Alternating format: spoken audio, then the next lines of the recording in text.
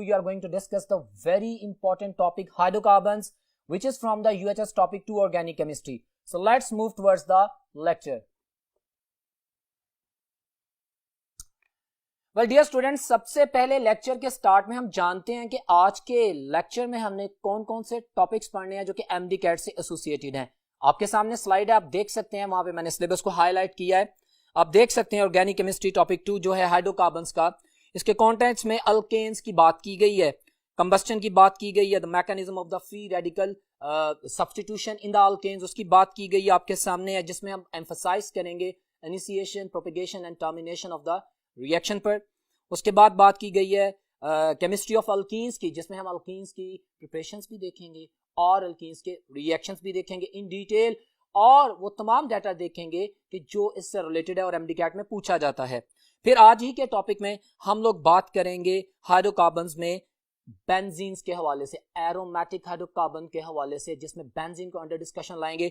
और उससे जो रिलेटेड टॉपिक है आप देख सकते हैं आपके सामने बात की गई है स्ट्रक्चर ऑफ द बेंजीन की. उसके बाद उसमें हम एम्फसाइज करेंगे इलेक्ट्रोफिलिक सब्स्टिट्यूशन की. ठीक है, वो आपके सामने आएगी, आपके सामने लिखा गया है. उसके बाद हम बात करेंगे वो तमाम रिएक्शंस, हैलोजिनेशन वगैरह, जिसकी डिटेल आएगी. So that was a brief introduction about the topic जो आज हमने पढ़ना है. बिस्मिल्लाह करते हैं. सबसे पहले आगाज करते हैं. आप व्हाइट बोर्ड पे देखें, आप देख सकते हैं मैंने लेक्चर का आगाज किया है अल्केन्स से. माय डियर स्टूडेंट्स, एमडीकैट में सिर्फ नाम लिखा जाता है और इससे रिलेटेड हार्ड डाटा जो एमडीकैट में है वो हम डिस्कस करेंगे. आप मेरे वर्ड सुनेंगे और बाद में हम एमसीक्यूज की प्रैक्टिस भी करेंगे. Watch up. Alkanes, alkanes the saturated hydrocarbons जिनका जनरल फार्मूला CnH2n+2 होता है. You are very much familiar about that. Saturated mean के इनमें कोई डबल बॉन्ड, कोई ट्रिपल बॉन्ड नहीं होता. प्योर हाइड्रोकार्बन्स हैं, कार्बन और हाइड्रोजन, और इनमें सारे सिंगल बॉन्ड्स होते हैं, सारे सिग्मा बॉन्ड्स होते हैं, क्योंकि अल्केन्स में जो कार्बन्स हैं दे आर sp3 हिब्रिडाइज्ड. और sp3 हिब्रिडाइजेशन से मुराद एक एमसीक्यू ये भी पूछा जा सकता है 25% इसमें s कैरेक्टर होता है, और s character stand for the ionic character, इसमें 25% आयनिक कैरेक्टर भी होता है. ये तमाम वर्डिक्ट्स हैं जो एमडीकैट में मुख्तलिफ अंदाज से डिस्कस किए जाते हैं. सो ब्रीफ इंट्रो. पैराफिन्स मतलब लीस्ट रिएक्टिव, ये कुछ पॉइंट्स मैंने एलाबोरेट कर दिए हैं. आई know that you no, but this is important. In a different way you will answer the MDCAT questions. सबसे पहले देखिए, मैंने कहा उसमें कि सैचुरेटेड हाइड्रोकार्बन्स हैं, sp3 हिब्रिडाइजेशन है, बात हो गई. लीस्ट रिएक्टिव है, पैराफिन्स का मतलब भी लीस्ट रिएक्टिव है. और लीस्ट रिएक्टिविटी की वजह क्या है, ये दो पॉइंट्स एमडीकैट के एमसीक्यू में पूछे जाएंगे. क्यों लीस्ट रिएक्टिव है? Due to the non polar nature. क्यों नॉन पोलर नेचर होती है? सर, कार्बन और हाइड्रोजन ही होता है. अच्छा, हाइड्रोजन की इलेक्ट्रॉन एक्टिविटी 2.1, कार्बन की 2.5, इलेक्ट्रॉन एक्टिविटी डिफरेंस 0.5 से कम है, दैट इज 0.4. ये नॉन पोलर है, तो नॉन पोलर नेचर है, पोलैरिटी नहीं होती. दूसरा, इसमें सिग्मा बॉन्ड पाया जाता है. सिग्मा बॉन्ड में जो सिग्मा इलेक्ट्रॉन्स हैं वो दो न्यूक्लियर के दरमियान इंटैक्ट होते हैं. They are not so free to react, और इन दोनों रीजंस की वजह से, non polar nature of the hydrocarbons और दूसरा सिग्मा बॉन्ड की इनर्टनेस की वजह से, alkanes are the least reactive. General बात है, अभी हम इनकी बात करेंगे. कुछ फिजिकल प्रॉपर्टीज के हवाले से भी क्वेश्चन किया जाता है, ये मैंने आपके सामने लिख दिया है. एमडीकैट में क्वेश्चन आ जाए तो you must be able to answer that, और क्वेश्चंस आए हुए हैं. हम जानते हैं C1 से C4 अल्केन्स में केमिस्ट्री मीथेन से स्टार्ट हो जाती है, ऑफ कोर्स सिंगल कार्बन से स्टार्ट हो जाती है. अल्कीन्स और अल्काइंस में C2 is the smallest unit, ethene and ethyne. Got it. बहरहाल यहाँ पे C1 से C4 गैसेस हैं, C5 से C17 तक लिक्विड्स हैं, और उससे आगे C18 से onward they all are the solids. MCQs हैं, पॉइंट याद रखिएगा. फिर उसके बाद जनरल इंट्रोडक्शन में बात करते हैं. नॉन पोलर नेचर है, हम जान चुके हैं. नॉन पोलर में इंटरमोलेकुलर फोर्सेस बहुत वीक होती हैं. इनमें जो इंटरमोलेकुलर फोर्सेस होती हैं वो वैन डर वाल्स फोर्स की तीसरी टाइप, द थर्ड टाइप, जिन्हें हम लंडन डिस्पर्शन फोर्सेस कहते हैं. याद है ना, वो फोर्सेस जो नॉन पोलर मॉलिक्यूल्स के दरमियान में पाई जाती हैं, they are the London dispersion forces, वो इनमें पाई जाती हैं, और वो वीक फोर्सेस होती हैं. इस वजह से इनके मेल्टिंग एंड बॉइलिंग पॉइंट इतने हाई नहीं होते. Got it. ये ब्रीफ इंट्रोडक्शन. अब एमडीकैट के सिलेबस में उसने डायरेक्ट जो बात की है वो रिएक्शंस ऑफ अल्केन्स की है, तो मैं उन्हीं पॉइंट्स के ऊपर आता हूं, और वो पॉइंट्स जो कि उसने पेपर्स में पूछे हैं वो मैं एक्सप्लेन करता हूं, और जो उसने सिलेबस में दिया है. फॉर एग्जांपल, सबसे पहले कंबस्टन. भाई हम जानते हैं alkanes are the least active, but hydrocarbons तो हैं. जितने भी हाइड्रोकार्बन्स होते हैं they are flammable, they can be burned, इनको जलाया जाता है. और हम जानते हैं कि हाइड्रोकार्बन्स यानी कंपाउंड, अल्केन्स की बात करना, सिर्फ कार्बन है और हाइड्रोजन है, when they are going to be burnt in the air in the excess or the limited supply of oxygen, they are going to generate different products. I am focusing on the words. Now listen my words. Simple phenomenon आप जानते हैं, ये भी methane की burning मैं कर रहा हूं, यहाँ पे भी मैं मीथेन की बर्निंग कर रहा हूं, यहाँ पे एक्सेस सप्लाई ऑफ ऑक्सीजन है, एक्सेस सप्लाई ऑफ ऑक्सीजन में मेरे पास कार्बन डाइऑक्साइड बनेगी और वाटर बनेगा, और ऑफ कोर्स साथ में एनर्जी रिलीज होगी। जैसे आप जानते हैं -891 किलोजूल्स पर मोल मीथेन की बर्निंग से आता है, एक्सेस सप्लाई में CO2 बनता है, वाटर बनता है। सिंपल रिएक्शन है। अभी मैं एक एक्सप्लेनेशन करूंगा कि इसमें से एमडी कैट में कैसे क्वेश्चन आ सकता है। सुने, वो आपसे पूछ सकता है कि एक खास नंबर ऑफ कार्बन एटम्स का अल्केन्स है, उसको मैं बर्न कर रहा हूं, बताओ कितने मोल कार्बन डाइऑक्साइड के बनेंगे। Means are you going to balance the equation? Yes, you are going to balance the equation. How? In a limited time. So listen a trick for you people. भाई मेरे पास जितने carbon होंगे उतने carbon dioxide बनेंगे, और alkane में जितने hydrogen होंगे उसका हाफ मोल वाटर बनेगा। वेरी सिंपल आपके सामने है। If you are going to burn alkanes and if someone ask, let's suppose वो कहता है डीकेन C10 H22 को बर्न करता हूं, कितने कार्बन डाइऑक्साइड बनेंगे? क्या आप कहेंगे C10 10 कार्बन डाइऑक्साइड के मोल बनेंगे, और H22 तो 11 मेरे पास उसके हाफ में आ जाते हैं ना, वाटर मॉलिक्यूल्स बनेंगे। सो इंपॉर्टेंट पॉइंट है, याद रखिएगा। एमडी कैट चल रहा है और एमडी कैट में आपको इन चीजों पे फोकस करना है। फिर आप देखते हैं आपके सामने लिमिटेड सप्लाई में। अच्छा, लिमिटेड सप्लाई में हम जानते हैं जहां पे इनकम्प्लीट कंबस्शन होती है वहां पे कार्बन मोनोऑक्साइड बनती है, कार्बन डाइऑक्साइड नहीं बनती। आपने एमडी कैट में इस बात को ध्यान में रखना है। इसकी बेस, इस इंफॉर्मेशन की base, I know that you know there will be a certain amount of the carbon dioxide also produced, but in MD CAT he will ask a question, और उसने एक क्वेश्चन भी किया हुआ है। वो कहता है मुझे बताएं कि इनकम्प्लीट कंबस्शन में which one of the following gas is not produced. तो आप कहेंगे carbon dioxide is not produced. Got it? Carbon monoxide बनती है, हाँ, साथ में कार्बन ब्लैक अनबर्न्ड कार्बन बनता है ना। अच्छा, carbon monoxide colourless, carbon monoxide odourless, carbon monoxide silent या क्वाइट किलर, क्योंकि ब्लड क्लॉट कर देती है, हमारे पास ट्रिपल बॉन्ड बना देता है, ब्लड में जाके स्कारलेट कलर के क्लॉट्स हो जाते हैं, a person can die. Carbon monoxide is highly poisonous gas, इसका कलर नहीं होता, लेकिन जहां पे इनकम्प्लीट कंबस्शन हो रही होती है आप जानते हैं कि वहां पे स्याह रंग का ब्लैक कलर का स्मोक उड़ा होता है। That black colour is not because of the carbon monoxide but that is because of the unburned carbon black. Got it? तो ये पॉइंट भी आपसे पूछा जा सकता है। डेफिनेटली साथ में एनर्जी तो रिलीज होती ही है और वाटर भी बनता है, that is in the form of the vapours. Got it? तो ये कंबस्टन के हवाले से माइनर से डिस्क्रिप्शन रिएक्शंस ऑफ अल्केन्स में हमारे पास ये आपके सामने रिएक्शंस आते हैं। उसके बाद हम बात करते हैं कैटालिटिक ऑक्सीडेशन की। Catalytic oxidation is not specified in the UHS syllabus, but there are the questions asked in the paper. So that's why I'm going to explain that. Listen carefully. हम जानते हैं कैटालिटिक ऑक्सीडेशन, कैटालिस्ट की presence में oxidation होती है किसकी? Hydrocarbons की, यानी हाइड्रोकार्बन्स में ऑक्सीजन ऐड होती है। ओके, मैंने जनरल रिएक्शन और फिनोमेना आपके सामने लिख दिया है। Watch this. अब ये देखें मेरी स्ट्रैटेजी। बट डियर स्टूडेंट्स, आपकी बुक में copper 400 degree centigrade and 200 atmospheric pressure के ऊपर चैप्टर 8 में बात क्लियर की गई है, ठीक है। लेकिन आप आगे भी ऑर्गेनिक केमिस्ट्री पढ़ते हैं और आप देखते हैं कि अल्केन्स को कैटालिटिकली ऑक्सीडाइज किया जाता है for the preparation of alcohols, aldehyde और कार्बोक्सिलिक एसिड। उसमें उसने पोटेशियम डाइक्रोमेट भी यूज किया है, सल्फ्यूरिक एसिड भी यूज किया है, और इसी तरह उसने एक तीसरी type of catalyst strong oxidising agent potassium permanganate plus H2SO4 use किया है। तो आप इन तीनों में से कोई भी एक स्ट्रॉन्ग ऑक्सीडाइजिंग एजेंट की प्रेजेंस में किसी अल्केन का रिएक्शन करवाते हैं तो क्या होता है? Watch on the white board. Alkanes first oxidise into the alcohols और रिएक्शन प्रोसीड होता है, नेसेंट ऑक्सीजन बनाते हैं ना, ये एटॉमिक ऑक्सीजन बनाते हैं ना। हम जानते हैं अल्केन्स आर लीस्ट रिएक्टिव, वो इतनी जल्दी रिएक्शन तो नहीं करेंगे। हाँ, नेसेंट ऑक्सीजन बड़ा स्ट्रॉन्ग रिएक्टिंग यूनिट है, वो इसके साथ रिएक्शन कर जाएगा। अल्केन से अल्कोहल बनेगा, अल्कोहल से एल्डिहाइड बनेगा, एल्डिहाइड से कार्बोक्सिलिक एसिड। अच्छा, यहाँ पे आप देख रहे हैं कि मैंने एल्डिहाइड एंड कीटोन लिखा है, तो भाई अल्कोहल से हमारे पास एल्डिहाइड और कीटोन्स भी बन सकते हैं।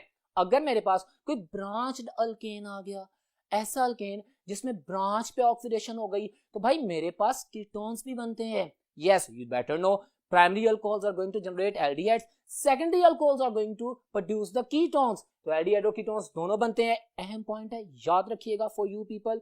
अब चाहे एल्डिहाइड हो चाहे कीटोन हो, जब प्रोसीजर चलता है, ऑक्सीडेशन होती है, the final product is carboxylic acid. आप कहेंगे हमारी बुक में तो मीथेन को ऑक्सीडाइज करके कार्बन डाइऑक्साइड और वाटर बनाया गया। बिल्कुल सही किया गया। अल्केन्स में सिर्फ मीथेन है जो कैटालिटिकली ऑक्सीडाइज होके कार्बन डाइऑक्साइड और वाटर बनाता है। बाकी तमाम अल्केन्स की जो फाइनल प्रोडक्ट है दैट इज कार्बोक्सिलिक एसिड। आपसे एमडीकेट में क्वेश्चन किया जा सकता है कि अल्केन्स की कैटालिटिक ऑक्सीडेशन किस पर्पस के लिए यूज होती है, आप कहेंगे for the production of the fatty acid, you know open chain acids, got it. And then you are going to react the alkanes, हम CnH2n+2 open chain aliphatic hydrocarbon की बात कर रहे हैं, ओपन चेन अल्केन की बात कर रहे हैं, हमारे पास कार्बोक्सिलिक एसिड उसमें फॉर्म हो जाते हैं। और ये जो मैंने मीथेन के हवाले से स्टेटमेंट बोली है, इसको हाईलाइट कर दिया है कि अल्केन्स में से सिर्फ मीथेन ऐसी अल्केन है जो कि कार्बन डाइऑक्साइड और वाटर में कन्वर्ट होती है on the basis of the catalytic oxidation. अब मजीद डिटेल की तरफ चलते हैं नेक्स्ट बोर्ड पे। जी तो डियर स्टूडेंट्स, अल्केन्स के हवाले से ब्रीफ डिस्क्रिप्शन की गई, जो इन्फॉर्मेशन उसने पूछी डिमांड की गई, इस लिमिटेड टाइम में, इस प्रोडक्टिव टाइम में मैंने हाईलाइट किया इन डिटेल हर पॉइंट को जो कि अल्केन के एमडीकैट के क्वेश्चंस में आ सकता है। अब हमने एक रिएक्शन पढ़ा अल्केन का, अभी हम बात करेंगे अल्केन के दूसरे रिएक्शन की जो कि हमारे सिलेबस में, and that is in front of you, the free radical substitution. भाई alkanes are saturated, they are non polar, they are least reactive, they are not going to react ordinary। अभी हमने combustion की है, burning की है, but हमारे syllabus में एक और मैकेनिज्म पूछा गया है और वो अल्केन के रिएक्शंस हैं। अल्केन्स रिएक्शन करते हैं, हमने कंबस्शन कर ली, हमने कैटालिटिक ऑक्सीडेशन कर ली, अब हम फ्री रेडिकल रिएक्शन पढ़ेंगे।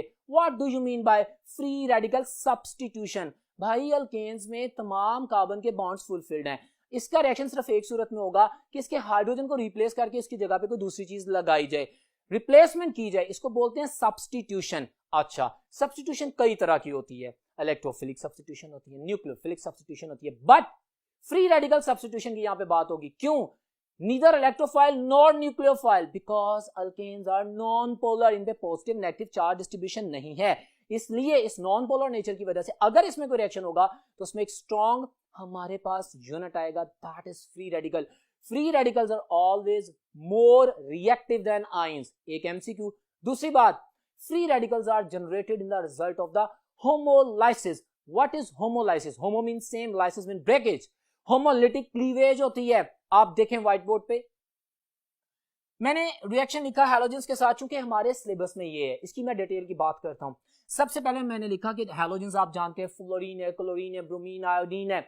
हमारे पास ये तमाम हैलोजेंस अल्केन से रिएक्शन करती हैं by the free radical substitution reaction mechanism. अच्छा, आयोडीन लीस्ट रिएक्टिव है, फ्लोरीन विगोरस रिएक्शन करती है। Reactivity top to bottom halogens की डिक्रीज कर रही है ना, आप जानते हैं, मैं भी जानता हूं, इसलिए आपको एक्सप्लेन कर रहा हूं। लेकिन इस पॉइंट पे एक और बात अपने जहन में रखिएगा माय डियर स्टूडेंट्स, अगर आप जैसे रिएक्शन कर रहे हैं फ्लोरीन के साथ, क्लोरीन के साथ, ब्रोमीन के साथ, आप अल्काइल हैलाइड्स बना रहे हैं ना, गॉट इट, आप different type of alkyl halides बना रहे हैं, हैलोजेंस ऐड हो रहे हैं अल्केन में, got it, but alkyl iodides can not be prepared directly. इसकी क्लैरिटी लेवल्स में दी गई है, इसको मैंने इसलिए फोकस किया है कि which one of the following alkyl halide can not be prepared directly by this mechanism. So you can say that हमारे पास प्रोसीजर को थोड़ा चेंज करना पड़ता है क्योंकि स्लो हो जाता है, डायरेक्टली अल्काइल आयोडाइड्स नहीं बनते। बट एफएससी में फोकस करें तो हाँ, हैलोजन सारी रिएक्शन कर रही हैं, आयोडीन लीस्ट रिएक्शन कर रही है, फ्लोरीन सबसे ज्यादा। तो इस पॉइंट को मैंने एक्सप्लेन किया, must keep in mind. Number 2 में इन the presence of diffused sunlight, मैं इसको रिलेट करूंगा। मैंने डिफ्यूज्ड सनलाइट का वर्ड बोला है, डायरेक्ट सनलाइट में क्या होता है वो भी मैंने लिख दिया आप लोगों के लिए। अगर मैं डायरेक्ट सनलाइट यूज करूंगा तो माय डियर स्टूडेंट, जो मिक्सचर ऑफ प्रोडक्ट्स हम हासिल करते हैं, जो हमारी बुक में डिटेल में लिखा हुआ है, हमारे पास क्लोरोमीथेन बनती है, डाइक्लोरोमीथेन, ट्राइक्लोरोमीथेन एंड टेट्राक्लोरोमीथेन बनती है, जैसे हम पायरिन भी बोलते हैं। ये जो मिक्सचर ऑफ प्रोडक्ट है उसी सूरत में आएगी अगर हमारे पास डिफ्यूज्ड सनलाइट आएगी, गॉट इट, यानी मोनोक्रोमैटिक लाइट रेडिएशन आएगी, वो होमोलाइसिस करेगी। अगर मैं डायरेक्ट सनलाइट यूज करता हूं माय डियर स्टूडेंट, तो मेरे पास the only product will be carbon black and HCl। हमारे पास ये जो मिक्सचर ऑफ प्रोडक्ट है ये नहीं आएगा। और अगर डार्कनेस होगी तो होमोलाइसिस ही नहीं होगा, बॉन्ड क्लीवेज ही नहीं होगी, फ्री रेडिकल्स बनेंगे नहीं, कोई रिएक्शन नहीं होगा। ये पॉइंट भी याद रखना है। सो इन चीजों का जानना बहुत जरूरी है, ठीक है। और होमोलिटिक फिशन के नतीजे में फ्री रेडिकल्स बनते हैं, हेट्रोलिटिक फिशन के नतीजे में आयंस बनते हैं। ये भी कॉन्सेप्ट बहुत इंपॉर्टेंट है, ज़हन में रखिएगा, इसको घुमा के वो पूछते हैं एमडीकैट के पेपर्स में। सो होमोलिटिक फिशन हो रही है, फ्री रेडिकल्स जनरेट हो रहे हैं, and free radicals are more reactive than ions, that's why they are going to react with the saturated least reactive alkanes. अब देखते हैं वो रिएक्शन क्या प्रोसीजर है। अब देखें, in the presence of diffuse light mixture of the product obtain, ठीक आ गया। स्टेप 1 इनिशिएशन है। What is initiation? स्टार्ट करना। अच्छा, एमडीकैट में सवाल पता है कैसे आएगा? आप इक्वेशन देखें सिंपल, मैंने क्लोरीन की एग्जांपल दी है, डिफ्यूज सनलाइट ड्रॉप कर रहा हूं, 2 फ्री रेडिकल बन गए, ठीक है।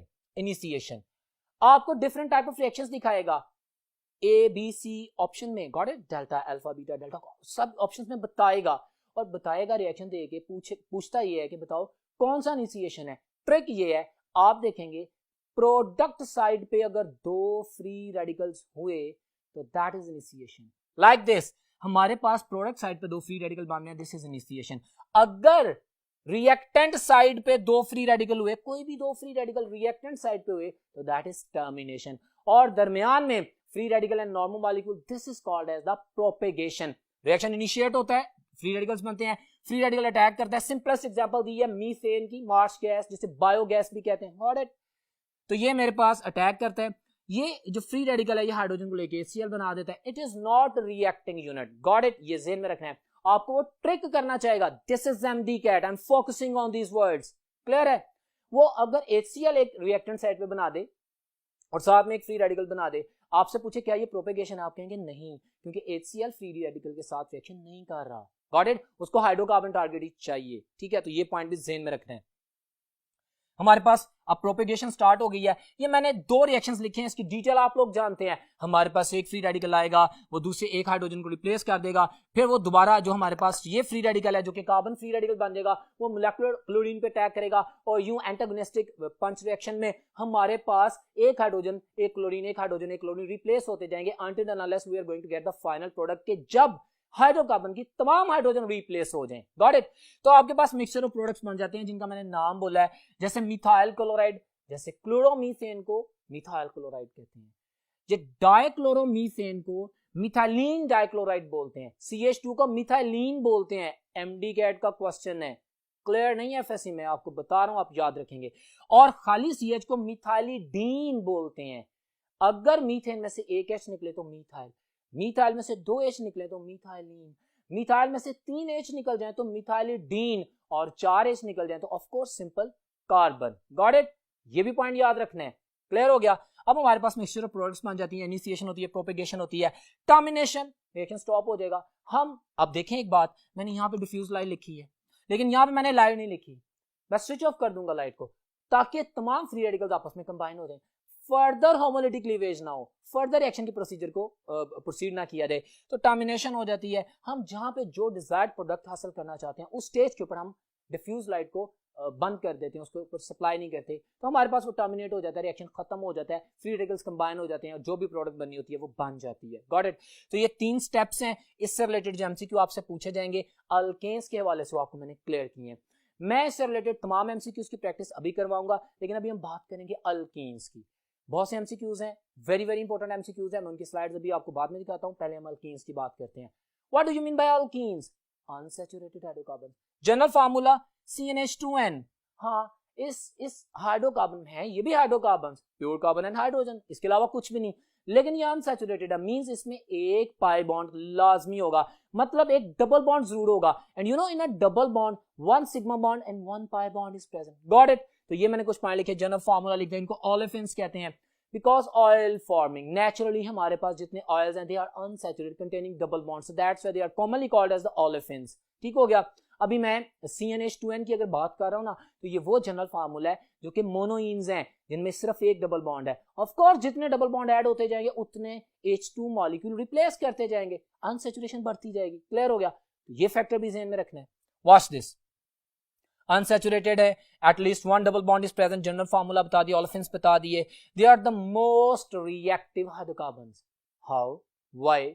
अनसैचुरेशन की वजह से, जी। दूसरा, अनसैचुरेटेड तो अल्काइंस भी होते हैं, अल्कीन्स में ऐसा क्या है, इनकी रिएक्टिविटी अल्काइन से कम होनी चाहिए ना, क्योंकि इनकी अनसैचुरेशन अल्काइन से कम है। My dear students, alkenes are the most reactive among the hydrocarbons, you know why? Because I know and you know that there is only one pi bond, there is less unsaturation than alkyne, but this one pi bond is more exposed, it is more exposed, इस पे attack आसानी से हो जाता है, इस exposure की वजह से alkene react faster than alkynes, so alkenes की रिएक्टिविटी अल्काइन से भी ज्यादा होती है और अल्कीन की तो सबसे कम होती है, ये पॉइंट भी याद रखिएगा। उसके बाद बात करते हैं हम इसकी जनरल प्रॉपर्टीज। हमारे पास the smallest unit in the alkene is C2, ethene है, उससे आगे गेम चलती है, C2 से C4 तक गैसेज होती हैं, C5 से C15 तक लिक्विड होते हैं। मैं बोल रहा हूं ये पॉइंट क्योंकि ये MDCAT के क्वेश्चन में पूछे जाते हैं, क्लियर है। फिर उसके बाद बात करते हैं C16 से ऑनवर्ड सॉलिड हो जाते हैं। Physical properties, doubly bonded carbons are sp2 hybridised. हमारे पास अल्कीन्स में वो कार्बन जो डबल बॉन्ड बना रहे होते हैं, वो कार्बन जिनमें डबल बॉन्ड होता है, they are sp2 hybridized. Of course हम जानते हैं उसमें एक अनहाइब्रिडाइज्ड pz ऑर्बिटल होता है जो कि साइड में ओवरलैप करता है, जिसकी वजह से पाई बॉन्ड बनता है, और बाकी तो सिग्मा बॉन्ड बन रहते हैं। तो sp2 hybridization में the mixing of 1s and the 2p orbitals sp2 hybridization होती है। हाइब्रिड ऑर्बिटल हमेशा सिग्मा बॉन्ड बनाता है, और अनहाइब्रिड ऑर्बिटल जो होता है वो हमारे पास पाई बॉन्ड बना रहा होता है। ये बेसिक इंफॉर्मेशन आपको पता होनी चाहिए। तो that was a brief introduction about the alkenes. अब हम चलते हैं नेक्स्ट बोर्ड पे और जानते हैं कि अल्कीन्स को हमारे एमडी कैट के सिलेबस में उसने पूछा प्रिपेयर कैसे किया जाता है। So let's move towards the next board. Well dear students, आपके सामने व्हाइट बोर्ड पे प्रिपरेशन लिखी है बहुत आसान तरीके से। दिस इज एमडी कैट ना, और एमडी कैट में मैंने तमाम इंफॉर्मेशन को आप लोगों के सामने प्रेजेंट करना है सिंपलेस्ट वे में, और मेरी जो डिबेट है, जो डिस्कशन है, बहुत इंपॉर्टेंट है, वो एमडी कैट के क्वेश्चन को साथ लेके चलेंगे। सी ऑन द व्हाइट बोर्ड। सबसे पहले प्रिपरेशन ऑफ अल्कीन्स करनी है, आपकी बुक में भी लिखा हुआ है dehydro, removal of the hydrogen and halogen, halogen dehydro halogenation, removal of hydrogen and halogen. अच्छा, हमारे पास अगर मोनोअल्काइल हैलाइड हो, मोनोअल्काइल हैलाइड हो, तो हम उसमें से अगर अल्फा कार्बन से, अल्फा कार्बन वो कार्बन जिसके साथ हैलोजन एटम अटैच है, जिसके साथ फंक्शनल ग्रुप अटैच है, alpha carbon, and next to the alpha is beta carbon. Got it?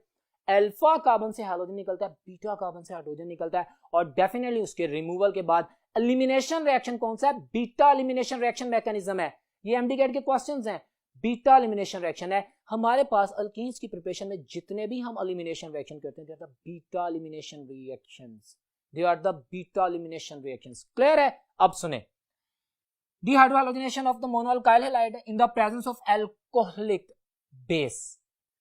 बहुत इंपॉर्टेंट लाइन है।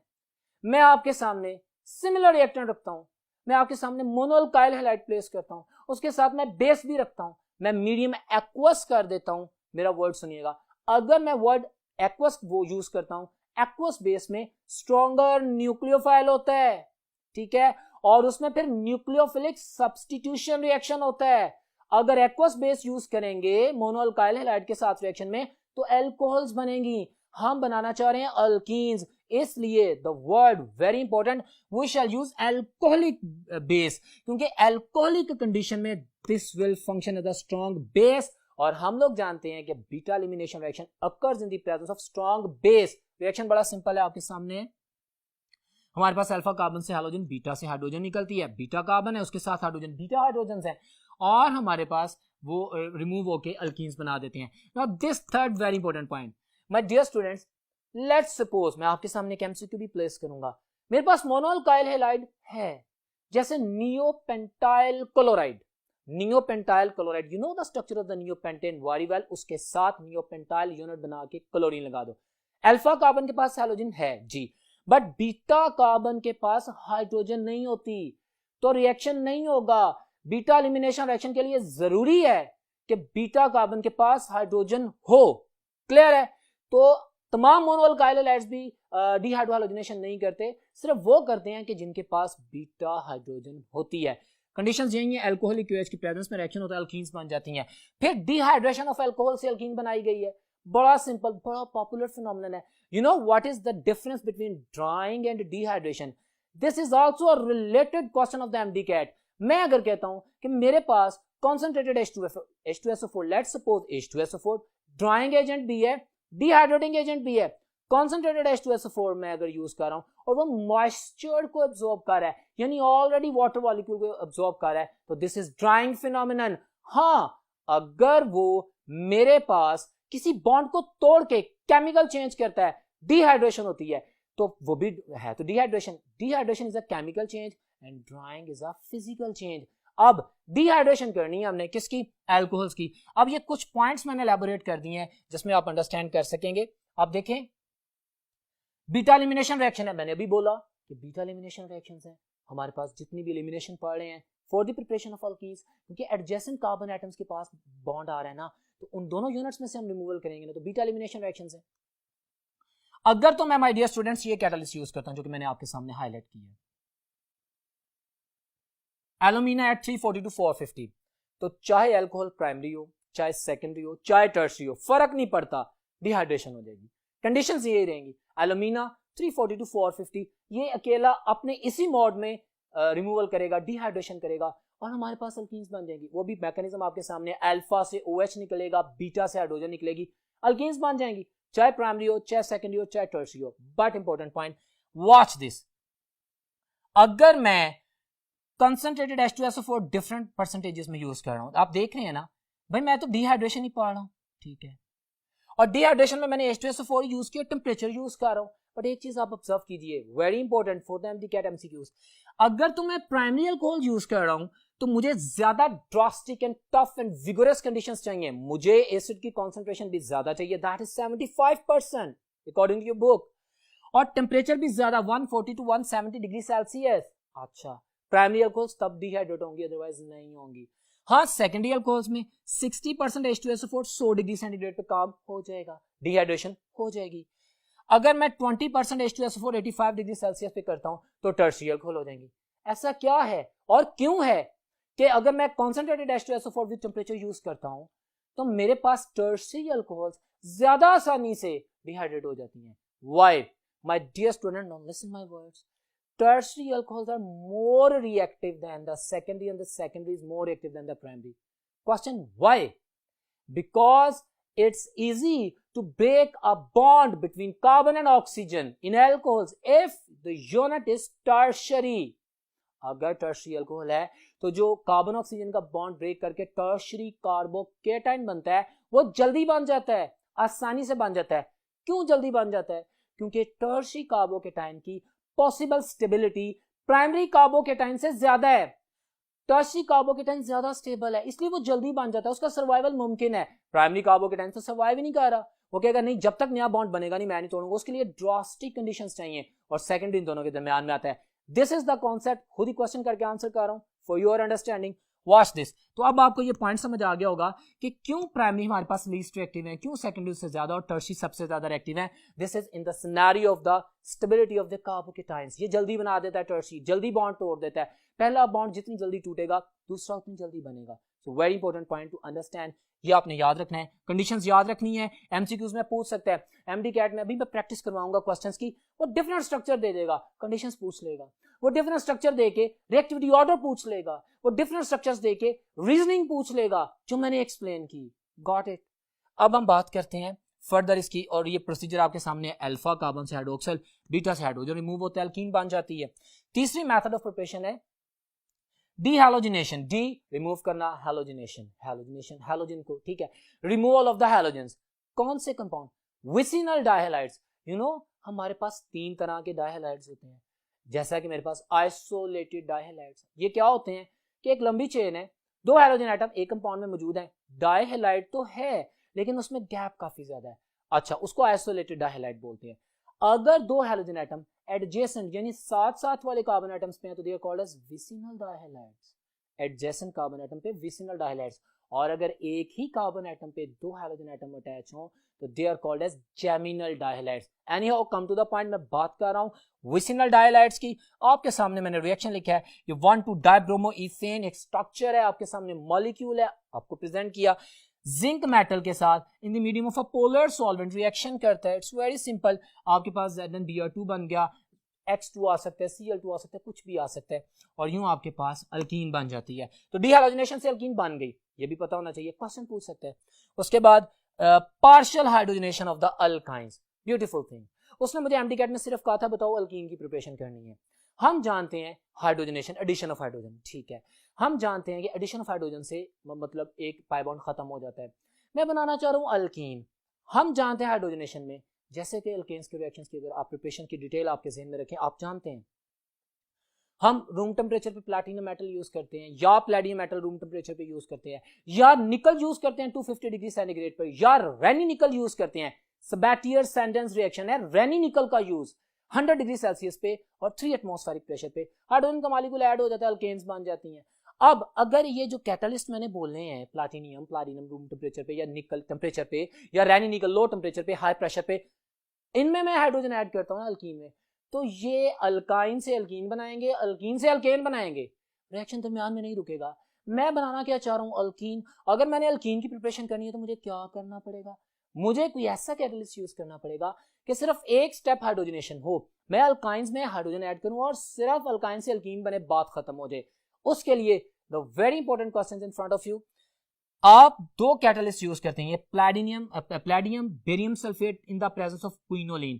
क्विनोलिन पॉइजन करता है प्लैटिनियम जो कि कंप्लीट हाइड्रोजनेशन करता है। इसकी रिएक्टिविटी को कम करने के लिए हम बेराइट यानी बेरियम सल्फेट डालते हैं, उसको और कम करने के लिए क्विनोलिन डालते हैं, पॉइजनिंग करते हैं, तो हमारे पास ये जो भी अल्काइन होती है वो अल्कीन बना देती है। एक बात। दूसरा अहम एमसीक्यू, जब हम लिंडलर्स कैटालिस्ट, इसे बोलते हैं लिंडलर्स कैटालिस्ट, ये आपकी एफएससी में नाम दिया गया, platinum barium sulphate quinoline Lindlar's catalyst, ये मेरे पास अल्काइंस की पार्शियल हाइड्रोजनेशन करता है, कंप्लीट नहीं करता, कंप्लीट में तो अल्केन बनेंगे। पार्शियल हाइड्रोजनेशन जब करता है तो क्या बनती है अल्कीन्स। कौन सी alkenes? Very important, cis alkenes. MD CAT का क्वेश्चन है, Lindlar's catalyst used to produce the cis alkenes by the partial hydrogenation of the alkynes. एक दो बातें होगी। तीसरी बात, यहां पे मोलेकुलर हाइड्रोजन यूज होती है, लिंडलर्स कैटालिस्ट में मोलेकुलर हाइड्रोजन यूज होती है। Got it? तो हमारे पास ये सामने आता है। अब अगर मैं एक और यूनिट है जिसे हम जो से एफएससी की किताब में लिखा गया, लेवल्स में ये नाम भी दिया गया है, birch synthesis, BIRCH, birch synthesis. What is this? आप जानते हैं लिक्विड अमोनिया सोडियम मेटल की प्रेजेंस में, अच्छा यही रिएक्शन, इसी का नाम बिर्च सिंथेसिस है, ये तो पढ़ा हुआ है हमने। इसमें क्या होता है, ये रिएजेंट रिएक्शन करके नेसेंट हाइड्रोजन जनरेट करता है और ये फिर सेम प्रोसीजर करता है, पार्शियल हाइड्रोजनेशन होती है अल्काइन की और अल्कीन्स बनती हैं। कौन सी अल्कीन्स बनती हैं? ट्रांस अल्कीन्स बनती हैं। सो प्रिपरेशन ऑफ अल्कीन्स में ये जो तमाम एस्पेक्ट्स हैं आपके सामने एक्सप्लेन किए गए, एक एक चीज को एलैबोरेट और क्लियर किया गया ताकि एमडी कैट के क्वेश्चन में कोई कंफ्यूजन ना हो। अब हम चलते हैं नेक्स्ट बोर्ड पर, देखते हैं वहां पे क्या है। जी तो dear students, preparation of alkenes के बाद अब हम बात करेंगे reaction of alkenes. Alkenes are unsaturated, मैंने बोला they are most reactive hydrocarbons, reason बता दी, एक्सपोज्ड बाय इलेक्ट्रॉनिक क्लाउड। अच्छा, एक तो ये अनसैचुरेटेड है जी, एडिशन करेंगी जी, दूसरा ये ऑक्सीडेशन भी करेंगी, ऑफ कोर्स ऑक्सीडेशन तो हर कोई कर सकता है, combustion is also form of oxidation, yes ठीक है। तीसरा ये पॉलीमराइजेशन रिएक्शन भी करेंगी। सो इन तमाम रिएक्शंस को ओवरव्यू करते हैं, वॉच ऑन द बोर्ड। मैंने सबसे पहले एडिशन रिएक्शंस की बात की है और रिएक्टिविटी ऑर्डर जो मैं बोल चुका हूं वो मैंने लिख भी दिया, यू कैन नोटिफाई दैट।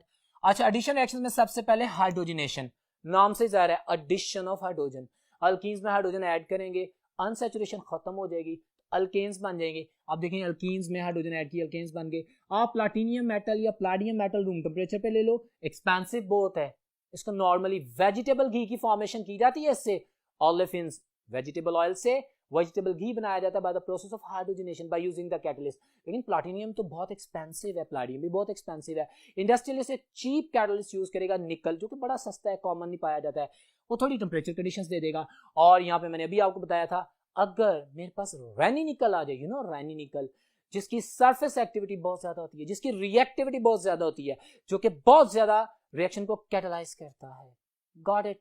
तो रैनी निकल, अच्छा रैनी निकल 100 डिग्री सेंटीग्रेड पे काम करती है, 3 एटमॉस्फेरिक प्रेशर पे काम करती है। सबाटियर-सैंडन्स रिएक्शन जो है ये वो हाइड्रोजनेशन का रिएक्शन है जिसमें रैनी निकल यूज होती है। क्लियर है? सिंपल बातें हैं, रिलेटेड बातें हैं, पता होनी चाहिए।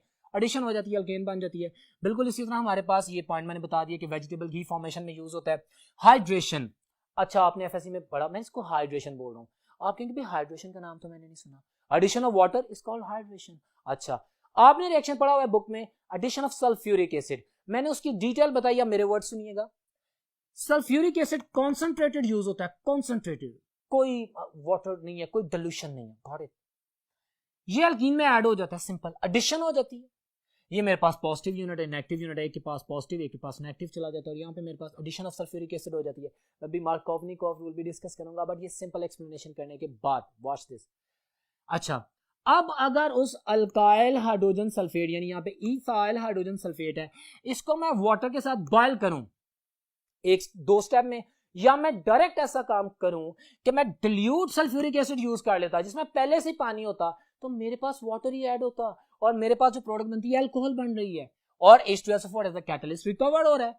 सो क्या वाटर ऐड हुआ? जी हुआ, इसको हम हाइड्रेशन कह सकते हैं। बहरहाल आपकी मर्जी, कॉन्सेंट्रेटेड H2SO4, अगर एमडी कैट में वो पूछ ले तो आप कहेंगे एडिशन ऑफ सल्फ्यूरिक एसिड। अगर डाइल्यूट H2SO4 पूछे तो फिर this is an example of hydration of alkenes generating the alcohols. Clear है। अब दूसरा पॉइंट है हैलोजिनेशन, एडिशन ऑफ हैलोजेंस। हमारे पास ये सिमेट्रिकल मॉलिक्यूल है, यहाँ पे अनसिमेट्रिकल था, यहाँ पे मार्कोवनिकोव रूल लगेगा अगर पार्टनर एटम भी अनसिमेट्रिकल हो, क्योंकि मार्कोवनिकोव रूल जिसकी मैं अभी डिटेल बात करता हूँ, दोनों यूनिट्स का अनसिमेट्रिकल होना जरूरी है। अगर एक भी मॉलिक्यूल सिमेट्रिकल है तो फिर मार्कोवनिकोव रूल अप्लाई नहीं होता। क्लियर है। अब ये सिंपल हैलोजिनेशन की बात करते हैं। नॉन पोलर मीडिया है, 2 स्टेप मैकेनिज्म है। पॉइंट देखिए, सबसे ज्यादा रिएक्टिव फ्लोरीन एमडी कैट है। आपको इन चीजों का पता होना चाहिए।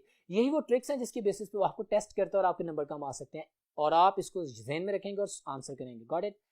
फ्लोरीन सबसे ज्यादा रिएक्टिव, क्लोरीन सबसे ज्यादा रिएक्टिव, ब्रोमीन क्लोरीन फ्लोरीन के बाद रिएक्टिव, देन उसके बाद ब्रोमीन रिएक्टिव है। सिंपल। और iodine does not react with alkenes. MD CAT का क्वेश्चन है, याद रखना। ठीक हो गया, तो ये आपने याद रखना है। हैलोजिनेशन हो जाती है नॉन पोलर मीडिया में, एडिशन ऑफ हैलोजन होती है। हमारे पास पहले हैलोजिनोनियम आयन बनता है, क्लोरीनियम आयन बन जाता है, ब्रोमोनियम आयन बन जाता है, फ्लोरोनियम आयन बन जाता है, जनरली स्पीकिंग हैलोजिनोनियम आयन बन जाता है। ये अहम पॉइंट है। इसमें मेरे पास एक जो इसमें इलेक्ट्रॉन डिस्ट्रीब्यूशन होती है, Cl पॉजिटिव और Cl नेगेटिव। अच्छा, कैसे Cl पॉजिटिव कैसे Cl नेगेटिव? सो ये तो इलेक्ट्रोनेगेटिव डिफरेंस 0 है। हाँ, आप सही कह रहे हैं, लेकिन किसी खास मोमेंट में एक क्लोरीन एटम का इलेक्ट्रॉनिक क्लाउड दूसरे क्लोरीन के पास गया होगा या ब्रोमीन के पास गया होगा, और उस वजह से एक पे पॉजिटिव चार्ज होगा, एक पे नेगेटिव चार्ज होगा। जितनी भी अल्कीन्स हैं, जितनी भी अल्काइंस हैं, जिनमें सिर्फ पाई बॉन्ड है और कार्बन हाइड्रोजन है, उनमें एडिशन होती है electrophilic addition reaction mechanism. Electrophilic addition reaction mechanism. तो जैसे उनको कोई इलेक्ट्रोफाइल नजर आता है, ऐड इन कर लेते हैं। आपके सामने ये स्ट्रक्चर बनता है, मैंने एक्सप्लेन कर दिया।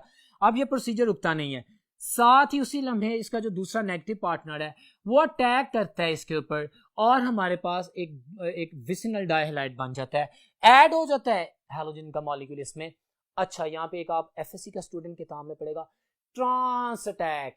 हरगिज ये मत समझिएगा कि प्रोडक्ट में सिस ट्रांस होता है। हम जानते हैं ना सिस ट्रांस किस में होता है, जहां पे डबल बॉन्ड हो। Got it. यहाँ पे सिर्फ अटैक ऑपोजिट साइड से हो रहा है, ट्रांस साइड से अटैक हो रहा है। जो प्रोडक्ट बनती है उसमें तो सारे सिंगल बॉन्ड्स हैं, और सिंगल बॉन्ड में सिग्मा बॉन्ड होता है। सिग्मा बॉन्ड में फ्री रोटेशन होती है। जिसमें फ्री रोटेशन होती है वहां पे ज्योमेट्रिकल आइसोमेरिज्म या सिस ट्रांस आइसोमेरिज्म, जिसे हम कॉन्फिगरेशनल आइसोमेरिज्म कहते हैं, नहीं होता। क्लियर है, ये बात ध्यान में रखनी है। सो सिंपल ट्रांस साइड से अटैक होता है, मेरे पास एक एडिशन प्रोडक्ट बन जाती है, और ये तमाम डाटा एक्सप्लेन कर दिया। उसके बाद रिएक्शन में addition of the halogen acids, HCl, HF, HBr। अच्छा, हैलोजन एसिड ही नहीं, कोई भी अनसिमेट्रिकल रिएजेंट। आप देखें ना अनसिमेट्रिकल क्या होता है। What do you mean by unsymmetrical? When you are going to cut bond, lysis कर रहे हैं, और आपके पास मॉलिक्यूल कटने के बाद 2 डिफरेंट पार्ट्स में कन्वर्ट होता है, इसका मतलब है मॉलिक्यूल अनसिमेट्रिकल है। HX में अगर मैं ये बॉन्ड काटता हूं तो मेरे पास आयंस बन जाते हैं, हेटेरोलिटिक क्लीवेज होती है, अनसिमेट्रिकल मॉलिक्यूल था। Markovnikov's rule is very important rule. It is used for the addition, electrophilic addition in alkene, for every kind of the unsymmetrical reagent. When an unsymmetrical reagent is added into an unsymmetrical alkene, दोनों का unsymmetrical होना जरूरी है। ठीक है, अगर एक भी सिमेट्रिकल हुआ तो मार्कोवनिकोव रूल अप्लाई नहीं होगा। इस इंफॉर्मेशन पे भी एमडी कैट में क्वेश्चन आते हैं। क्लियर हो गया। सो देखिए, मैंने मिसाल दे दी है। रूल कहता है when unsymmetrical reagent is going to react with an unsymmetrical alkene, क्योंकि अगर इसको मैं यहां से काटता हूं, एक तरफ एक कार्बन आता है, दूसरी तरफ 2 कार्बन आते हैं, अनसिमेट्रिकल अल्कीन है। ठीक है, मेरे पास positive part will go to the carbon containing more hydrogens. उस डबली बॉन्डेड कार्बन के पास किसी भी अनसिमेट्रिकल रिएजेंट का, यहां पे मैं सल्फ्यूरिक एसिड भी ऐड कर सकता था, या मैं कोई भी अनसिमेट्रिकल रिएजेंट ऐड कर सकता हूं, उसका जो पॉजिटिव पार्ट है वो उस कार्बन के पास जाएगा जिसके पास ज्यादा हाइड्रोजन्स हैं, और negative part will go to that carbon containing less hydrogen. मेरे पास जो प्रोडक्ट बनती है, this is in front of you, मेरे पास 2 क्लोरोप्रोपेन बनेगा। बड़ा सिंपल फिनोमिनन है। आपको एमडीकैट में कोई भी अल्कीन दे दे और साथ में मतलब अनसिमेट्रिकल अल्कीन दे दे और साथ में unsymmetrical reagent they they, my dear students, you will apply the phenomenon that positive part will go to that carbon which contain already more hydrogen atoms, and negative part will go to that doubly bonded carbon containing less hydrogens. Clear है? इसी वजह से इसको rich become richer वाला rule भी बोलते हैं। It's a common question, MDCAT में ये वर्ड यूज किया गया है, तो इसको एक्सप्लेन भी कर दिया गया कि भाई हाइड्रोजन ऑलरेडी उसके पास जा रहा है जिसके पास पहले ही ज्यादा हाइड्रोजन है, rich become richer and so on. आपके सामने एक्सप्लेनेशन आ जाती है। Addition of the hypohalous acid, बहुत खूबसूरत सवाल है, मैं समझता हूं कि यहाँ पे इसकी क्लैरिटी जरूरी है। बहुत से स्टूडेंट स्टिल कंफ्यूज कि मैं HOCl की मैं बात कर, लेट्स सपोज HOCl की बात कर ले, तो मैंने एग्जांपल भी दी है, पहले सुन लें। हमारे सामने कॉमन कंफ्यूजन आ सकती है कि क्लोरीन पे नेगेटिव चार्ज है, हाइपोहेलस एसिड्स में ऑक्सीजन पे नेगेटिव चार्ज होता है, और जो पार्टनर क्लोरीन, ब्रोमीन या आयोडीन है उस पे पॉजिटिव चार्ज होता है। मैंने फ्लोरीन का लफ्ज पता क्यों नहीं यूज किया? क्योंकि oxy acids of fluorine are unstable. ये भी एमडी कैट का क्वेश्चन है, हम आगे डिटेल में पढ़ेंगे, ये भी पूछा जाएगा, लेकिन आप अभी याद रखें कि oxy acids of fluorine are unstable but chlorine, bromine and iodine they do exist. You better know the chapter number 5 second year chemistry. बहरहाल यहाँ पे उसकी एक्सप्लेनेशन के साथ मैं बता रहा हूँ। अब देखें HOCl हाइपोक्लोरस एसिड है ना, तो ऑक्सीजन पे नेगेटिव चार्ज है, क्लोरीन पे पॉजिटिव चार्ज है। इसकी वजाहत इसलिए जरूरी थी, अभी तो मैंने सिमेट्रिकल मतलब कि मैंने अनसिमेट्रिकल इसका रिएक्शन करवाया ना, तो मैं इसलिए देख रहा हूं कि मैं कंफ्यूज ना हो जाऊं कि मेरा पॉजिटिव पार्ट कौन सा है। अगर मुझे पता ही नहीं होगा कि क्लोरीन पे पॉजिटिव चार्ज है और ऑक्सीजन पे नेगेटिव चार्ज है, I will not be able to form the good product and the right answer. Clear है? So that's why I'm explaining the data. Watch this. Definitely, positive part will go to the carbon containing more hydrogen atom, and the negative part go to the carbon containing less hydrogen atom. ये मेरे पास product बन जाएगी, आपको पता होगा, आप in a second answer करेंगे। Clear हो गया? सो ये भी याद रखिएगा। अब दूसरी type of the reactions, oxidation reactions of alkenes. Alkenes के रिएक्शंस की बात कर रहे हैं ना, my dear student, very simple. आप देखिए मेरे पास Baeyer's test. What is Baeyer's reagent? 1% यानी dilute अल्कलाइन KMnO4 सॉल्यूशन। ठीक है, इस रिएक्शन को हाइड्रोक्सिलेशन भी बोलते हैं। सुनो, अल्कीन में वही बायर्स रिएजेंट जब रिएक्शन करता है तो एडजेसेंट कार्बन एटम्स पे दो हाइड्रोक्सिल ग्रुप आते हैं, जहां पे डबल बॉन्ड होता है, वहां पे बायर्स रिएजेंट जब रिएक्शन करता है तो मेरे पास दो हाइड्रोक्सिल ग्रुप आते हैं, हाइड्रोक्सिलेशन होती है, addition of hydrogen and oxygen. अगर अल्काइन में करता है तो आप जानते हैं this is not the part of MDCAT but you must understand, related है। अल्काइंस में आपके पास ब्लायोक्सिल्स बनते हैं, सिर्फ ऑक्सीजन ऐड होती है, तो बायर्स रिएजेंट अब अल्काइन में ऐड होता है या उसकी अनसैचुरेशन को चेक करता है। This reaction is used to check the unsaturation because जो पर्पल या वायलेट कलर होता है वो डिसअपीयर हो जाता है। हमारे पास अगर अनसैचुरेटेड मटेरियल होगा तो वो रिएक्शन कर जाएगा, जारी बात है, फिर वो KMnO4 का कलर डिस्चार्ज कर देगा, पता लग जाएगा कि अनसैचुरेशन है। क्लियर है?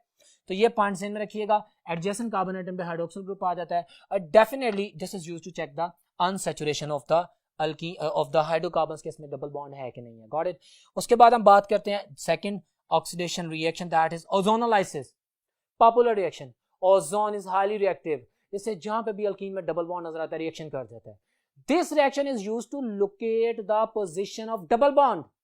जहां पे जिस भी अल्कीन में डबल बॉन्ड होगा वहां पे हम जानते हैं ना, आपको पता है, आपकी बुक में डिटेल है, हमारे पास पहले मोलोजोनाइड बनता है जो कि अनस्टेबल होता है, अनस्टेबल मोलोजोनाइड रीअरेंज होकर स्टेबल ओजोनाइड बनाता है, और फिर ओजोनाइड को फर्दर वाटर के साथ रिएक्शन करवा के हम बॉन्ड क्लीवेज करते हैं। और जब बॉन्ड क्लीवेज होती है, कहां से होती है? डबल बॉन्ड की पोजीशन से। हमें प्रोडक्ट को देके पता चल जाता है कि डबल बॉन्ड किस पोजीशन पे था। क्लियर है? So ozonolysis is used to locate the position of double bond. एक और बात, आपकी एफएससी की बुक में डिटेल में सिर्फ एल्डिहाइड बनाया गया है। माय डियर स्टूडेंट्स, एमटीकैट का क्वेश्चन आपसे शेयर करता हूं। By the ozonolysis of the alkenes हमारे पास ऑप्शन ए एल्डिहाइड्स बनते हैं, ऑप्शन बी कीटोन्स बनते हैं, सी बोथ ऑफ देम। तो my dear student, both of them बनते हैं। अगर मेरे पास डबल बॉन्ड कार्बन वो है जिसके ऊपर एक अल्काइल चेन की ब्रांच भी है तो फिर कीटोन्स भी बनेंगी। क्लियर हो गया? So aldehyde and ketones both can be prepared from the ozonolysis. तो ये भी आपने अपने ज़हन में रखना है, इंपॉर्टेंट इंफॉर्मेशन थी। अब बात करते हैं पॉलीमराइजेशन रिएक्शन की। You better know, very simple. हमारे पास पॉलीमराइजेशन ऑफ इथीन पॉलीथीन बनती है, monomer small unit single unit combine together to form a macro molecule called polymer. जिस भी डिग्री ऑफ पॉलीमराइजेशन का हमने बनाना हो वो हम बना लेते हैं। पॉइंट सुनिएगा, कैटालिस्ट पूछ सकते हैं हमारे पास। आपके पास आपकी बुक में एक तो ये 400 degree centigrade plus 100 atmospheric pressure और ट्रेसेस ऑफ ऑक्सीजन दी गई हैं, ये आपकी एफएससी की बुक में लिखा गया है। और साथ में एफएससी में नीचे लाइन लिखी गई है कि polymerization reaction is best carried out in the presence of titanium tetrachloride and triethyl aluminium. ये ट्राइथाइल एल्यूमिनियम जो है और साथ में टाइटेनियम टेट्राक्लोराइड है, ये लेवल्स में इसका नाम है, इसको बोलते हैं ज़ीगलर नाटा कैटलिस्ट। ये दो साइंसदानों के नाम पे है, ज़ीगलर नाटा कैटलिस्ट। इसमें अगर पॉलीमराइजेशन करेंगे तो हमारे पास बेस्ट प्रोडक्ट आएगी। So that was the brief description about the about the reactions of alkenes, जो कि अल्केन्स और अल्कीन्स के हवाले से हमारा एमडी कैट का डाटा था, मैंने डिस्कस किया। फर्दर यूजेस भी पढ़िएगा, यूजेस बहुत इंपॉर्टेंट है। आपके पास यूजेस में से एमडी कैट में क्वेश्चन आएंगे, जैसे the famous use of ethene is the mustard gas. You better know, जब सल्फर मोनोक्लोराइड से इथीन का रिएक्शन होता है तो हमारे पास बीटा बीटा डाइक्लोरोइथाइल सल्फाइड बनता है, जिसे मस्टर्ड गैस कहते हैं, which is not a gas, it's a high boiling liquid, it is highly vesicant. Vesicant mean के जब स्किन पे लगता है तो सराउंडिंग टिश्यूज का वाटर एब्जॉर्ब करके ब्लिस्टर्स यानी छाले बना देता है। तो ये भी आपने पढ़ना है, आपको ये प्रॉपर्टीज पता होनी चाहिए। अब मैं इनसे रिलेटेड जो एमसीक्यूज हैं वो आपसे शेयर करने जा रहा हूं, आप देखें और हम उसको डिस्कस करते हैं। जी तो डियर स्टूडेंट्स, अभी आप देखें आपके सामने क्वेश्चन है, एमडी कैट के क्वेश्चंस हैं, selected for you people for your better improvement. कहता है alkanes are known as paraffins, मतलब least reactive, which of the following is not the cause of their least reactivity. अच्छा, हमने causes पढ़ी थी, अब देखते हैं उसको आंसर करते हैं कि नहीं। ऑप्शन ए में कहता है कि it is sigma bond, electrons are very tightly bond, ठीक है। बीटा में कहता है electron activity difference between carbon and hydrogen is very small, less than 0.5, ठीक है, रीजन है। चार्ली में कहता है कि they can act as electrophile और न्यूक्लियोफाइल, बिल्कुल गलत। इलेक्ट्रोफाइल और न्यूक्लियोफाइल के तौर पे ये नॉन पोलर यूनिट बिल्कुल फंक्शन नहीं करते, ये रीजन नहीं है, ये मेरा आंसर है। इनकरेक्ट ऑप्शन उसने पूछी थी, यही आंसर है चार्ली। नेक्स्ट क्वेश्चन आप देख सकते हैं स्लाइड में, the order of the reactivity of the halogens with alkane is, discuss किया था ना सबसे ज्यादा fluorine, then chlorine, then bromine and then iodine, got it. So options में अगर मैं देखता हूं माय डियर स्टूडेंट्स, तो मेरे पास delta option is the suitable most answer. तरतीब का ख्याल रखना है, यहाँ पे वो ट्रिक पता क्या करते हैं एमडीकेट स्टूडेंट्स, वो फ्लोरीन और आयोडीन को दोनों टर्मिनल्स पे लिख देता है, दरमियान में ब्रोमीन और क्लोरीन की पोजीशन चेंज कर देता है। So if you are going to answer तो आपने थॉरली प्रॉपर देखना है, fluorine then chlorine then bromine then iodine, clear है। सो एक क्वेश्चन आपके सामने प्लेस किया गया। एक बड़ा ही खूबसूरत क्वेश्चन एक और आप अपने सामने देख सकते हैं, रिएक्शंस ऑफ अल्केन्स के हवाले से फ्री रेडिकल सब्स्टिट्यूशन मैकेनिज्म की बात कर रहा है। When excess methane और क्लोरीन लिमिटेड है, got it, the mixture of the halogen alkanes are obtained। अच्छा, यहाँ पे मैं एक और रिलेटेड एमसीक्यू शेयर कर दूं, ये भी एक एमसीक्यू है, इसको देखें। अगर एक्सेस ऑफ मीथेन यूज हो और क्लोरीन लिमिटेड हो तो फ्री रेडिकल सब्स्टिट्यूशन में मेरे पास जो मेजर प्रोडक्ट आएगी वो क्लोरोमीथेन होगी, यानी पहली प्रोडक्ट, क्योंकि मीथेन का मॉलिक्यूल ज्यादा है, क्लोरीन फ्री रेडिकल थोड़े हैं, वो तमाम मीथेन के साथ रिएक्शन करके क्लोरोमीथेन यानी CH3Cl बनाएंगे। ये भी एमडी कैट का एक क्वेश्चन है, याद रखना। दूसरा ये क्वेश्चन आप पढ़ रहे हैं, यहाँ पे वो कह रहा है कि हैलोजिनेशंस आर ऑब्टेन्ड, मिक्सचर बन गया, condition for the reaction is, conditions क्या है हम जानते हैं। सो उसने डिफरेंट कंडीशंस दी हैं, नहीं अल्फा नहीं। My dear students, Charlie is my option, कहता है reaction of the methane with the chlorine in the presence of diffused sunlight. Direct sunlight नहीं बोलना, diffused sunlight, mixture of products तभी आएंगे जब डिफ्यूज सनलाइट यूज होगी। So important था। Next question आपके सामने है, on the chlorination of the methane in the presence of the diffuse sunlight a mixture of products are obtained, which of the following is the termination step. मैंने बताया था ना termination step को identify कैसे करना है, वेरी सिंपल। मैं देखूंगा रिएक्टेंट साइड में फ्री रेडिकल्स कहां पे पाए जाते हैं। So very simple, if I could see, तो चार्ली ऑप्शन मेरा आंसर है। मैं देख सकता हूँ कि ये दोनों फ्री रेडिकल हैं, they are going to combine together and they are going to form a stable product, reaction खत्म हो गया। So my dear students, these were few examples. इसके बाद जी तो स्टूडेंट्स क्वेश्चन आपके सामने है, आप देख सकते हैं अल्कीन्स के रिएक्शंस के हवाले से अब बात है। क्वेश्चन बड़ा सिंपल क्लियर है, कहता है which of the following test is not used to distinguish between alkane and alkene. जब डिस्टिंग्विशिंग टेस्ट पढ़ने होते हैं ना तो हमें पता होना चाहिए, एक पार्टनर रिएक्शन करेगा दूसरा नहीं करेगा, हमें पता लग जाएगा कि फर्क है इनमें, ठीक है। अब वो कह रहा है कि नॉट यूज्ड, आपके सामने स्लाइड है। अल्फा में बायस टेस्ट देता है, जी ये डिस्टिंग्विश करता है, अल्केन्स रिएक्शन नहीं करेंगे, अल्कीन्स ऐड हो जाएंगी, डीकलराइज कर देंगे, अभी बात की थी। बीटा में कहता है ब्रोमीन, यस कार्बन टेट्राक्लोर में orange red colour of the bromine या reddish brown colour of the bromine disappear हो जाएगा अल्कीन के साथ, अल्केन के साथ नहीं होगा, फर्क पता चल जाएगा। चार्ली में भी सेम क्लोरीन है, पता लग जाएगा।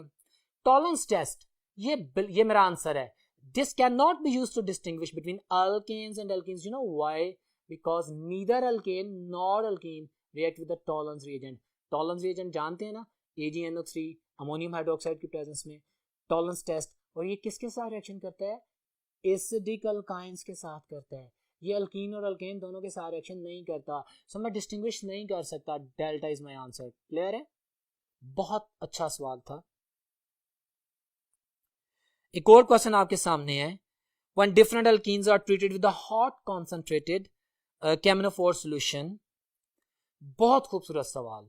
इस क्वेश्चन में आपके डिस्क्रिप्शन में थोड़ा ऐड करूंगा, गौर से देखें। when different alkenes are treated with a hot concentrated Caminophore solution, different products are obtained. Which of the following alkene produce 2 moles of carboxylic acid? My dear student, एक बात सुन लें, हॉट कंसंट्रेटेड केमिनोफोर सॉल्यूशन आपने carboxylic acid की preparation chapter number 13 second year chemistry FSc की book में पढ़ा हुआ है। अच्छा, बॉन्ड क्लीवेज होती है जी।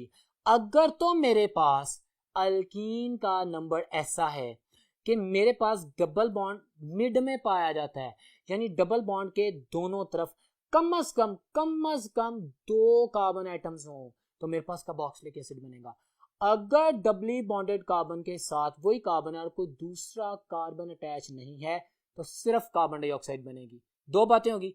तीसरी बात, अगर डबली बॉन्डेड कार्बन के साथ कोई ब्रांच अटैच है तो फिर मेरे पास कीटोन्स बनेंगी। Got it? अब इस सवाल का जवाब देते हैं। उसने पूछा, मुझे बताओ, मैंने तुम्हें कुछ मॉलिक्यूल्स बताए हैं, उन मॉलिक्यूल्स में 2 मोल ऑफ कार्बोक्सिलिक एसिड कौन बनाएगा? Watch on. अगर मैं अल्फा ऑप्शन देखता हूं तो भाई ये इथीन है, बॉन्ड क्लीवेज होगी, ये एक कार्बन है, ये ऑक्सीडाइज होकर कार्बन डाइऑक्साइड बनाएगा। क्लियर है? तो ये तो 1 मोल भी नहीं बनाएगा कार्बोक्सिलिक एसिड का। अगर मैं बीटा ऑप्शन में देखता हूं, दिस इज माय आंसर। मेरे पास डबली बॉन्डेड कार्बन के दोनों तरफ अल्काइल चेन अटैच है, बॉन्ड क्लीवेज होगी और 2 मोल कार्बोक्सिलिक एसिड बनेंगे। ब्रांच नहीं है, स्ट्रेट चेन है और कार्बोक्सिलिक एसिड बन जाएंगे। Beta is my answer. Charlie को भी मैं जस्टिफाई कर दूं फॉर योर सेक। चार्ली में ब्रांचेस बता दी हैं, डबली बॉन्डेड कार्बन के साथ ब्रांचेस हैं, लेट्स सपोज। तो भाई मेरे पास यहाँ पे क्या होगा, ये दोनों कीटोन्स बनाएंगे, ठीक है। और डेल्टा में मेरे पास एक मेरे पास फर्दर कार्बोक्सिलिक एसिड बनेगा और एक कीटोन्स का यूनिट बन जाएगा। बहुत खूबसूरत सवाल था, इसमें इंफॉर्मेशन ऐड की गई। हॉट कंसंट्रेटेड केमिनोफोर सॉल्यूशन ऑक्सीडेशन कर रहा है, किस कैटेगरी की कर रहा है, कौन कौन से प्रोडक्ट्स बना रहा है, वेरी इंपॉर्टेंट। तो ये आपके सामने डिस्क्रिप्शन। एक और क्वेश्चन प्रैक्टिस कर लेते हैं। Catalytic hydrogenation of alkene is used in the laboratory as well as in the industry, ठीक है। In industry it is used for the manufacture of the vegetable ghee from the vegetable oils, बिल्कुल ठीक कह रहे हैं। In the laboratory it is used as synthetic method, okay, chemical analysis of the reaction involve. Option A में कहता है qualitative analysis only, option B में कहता है quantitative analysis only. Charlie both and B. My dear students, hydrogenation में हम जो हमारी जो ऑप्शन है ना, that is the beta. Quantitative analysis करते हैं, क्वांटिटेटिव एनालिसिस करते हैं, हमारे पास डबल बॉन्ड्स कितने और कितने ऐड हुए। Got it? तो क्वांटिटेटिव एनालिसिस, क्वालिटेटिव एनालिसिस नहीं। क्वालिटी का तो हमें पता है कि अल्कीन्स हैं, कितने डबल बॉन्ड है उसका हमें इससे पता चलता है। So well, that was all about the alkenes and alkenes. I explained the data also.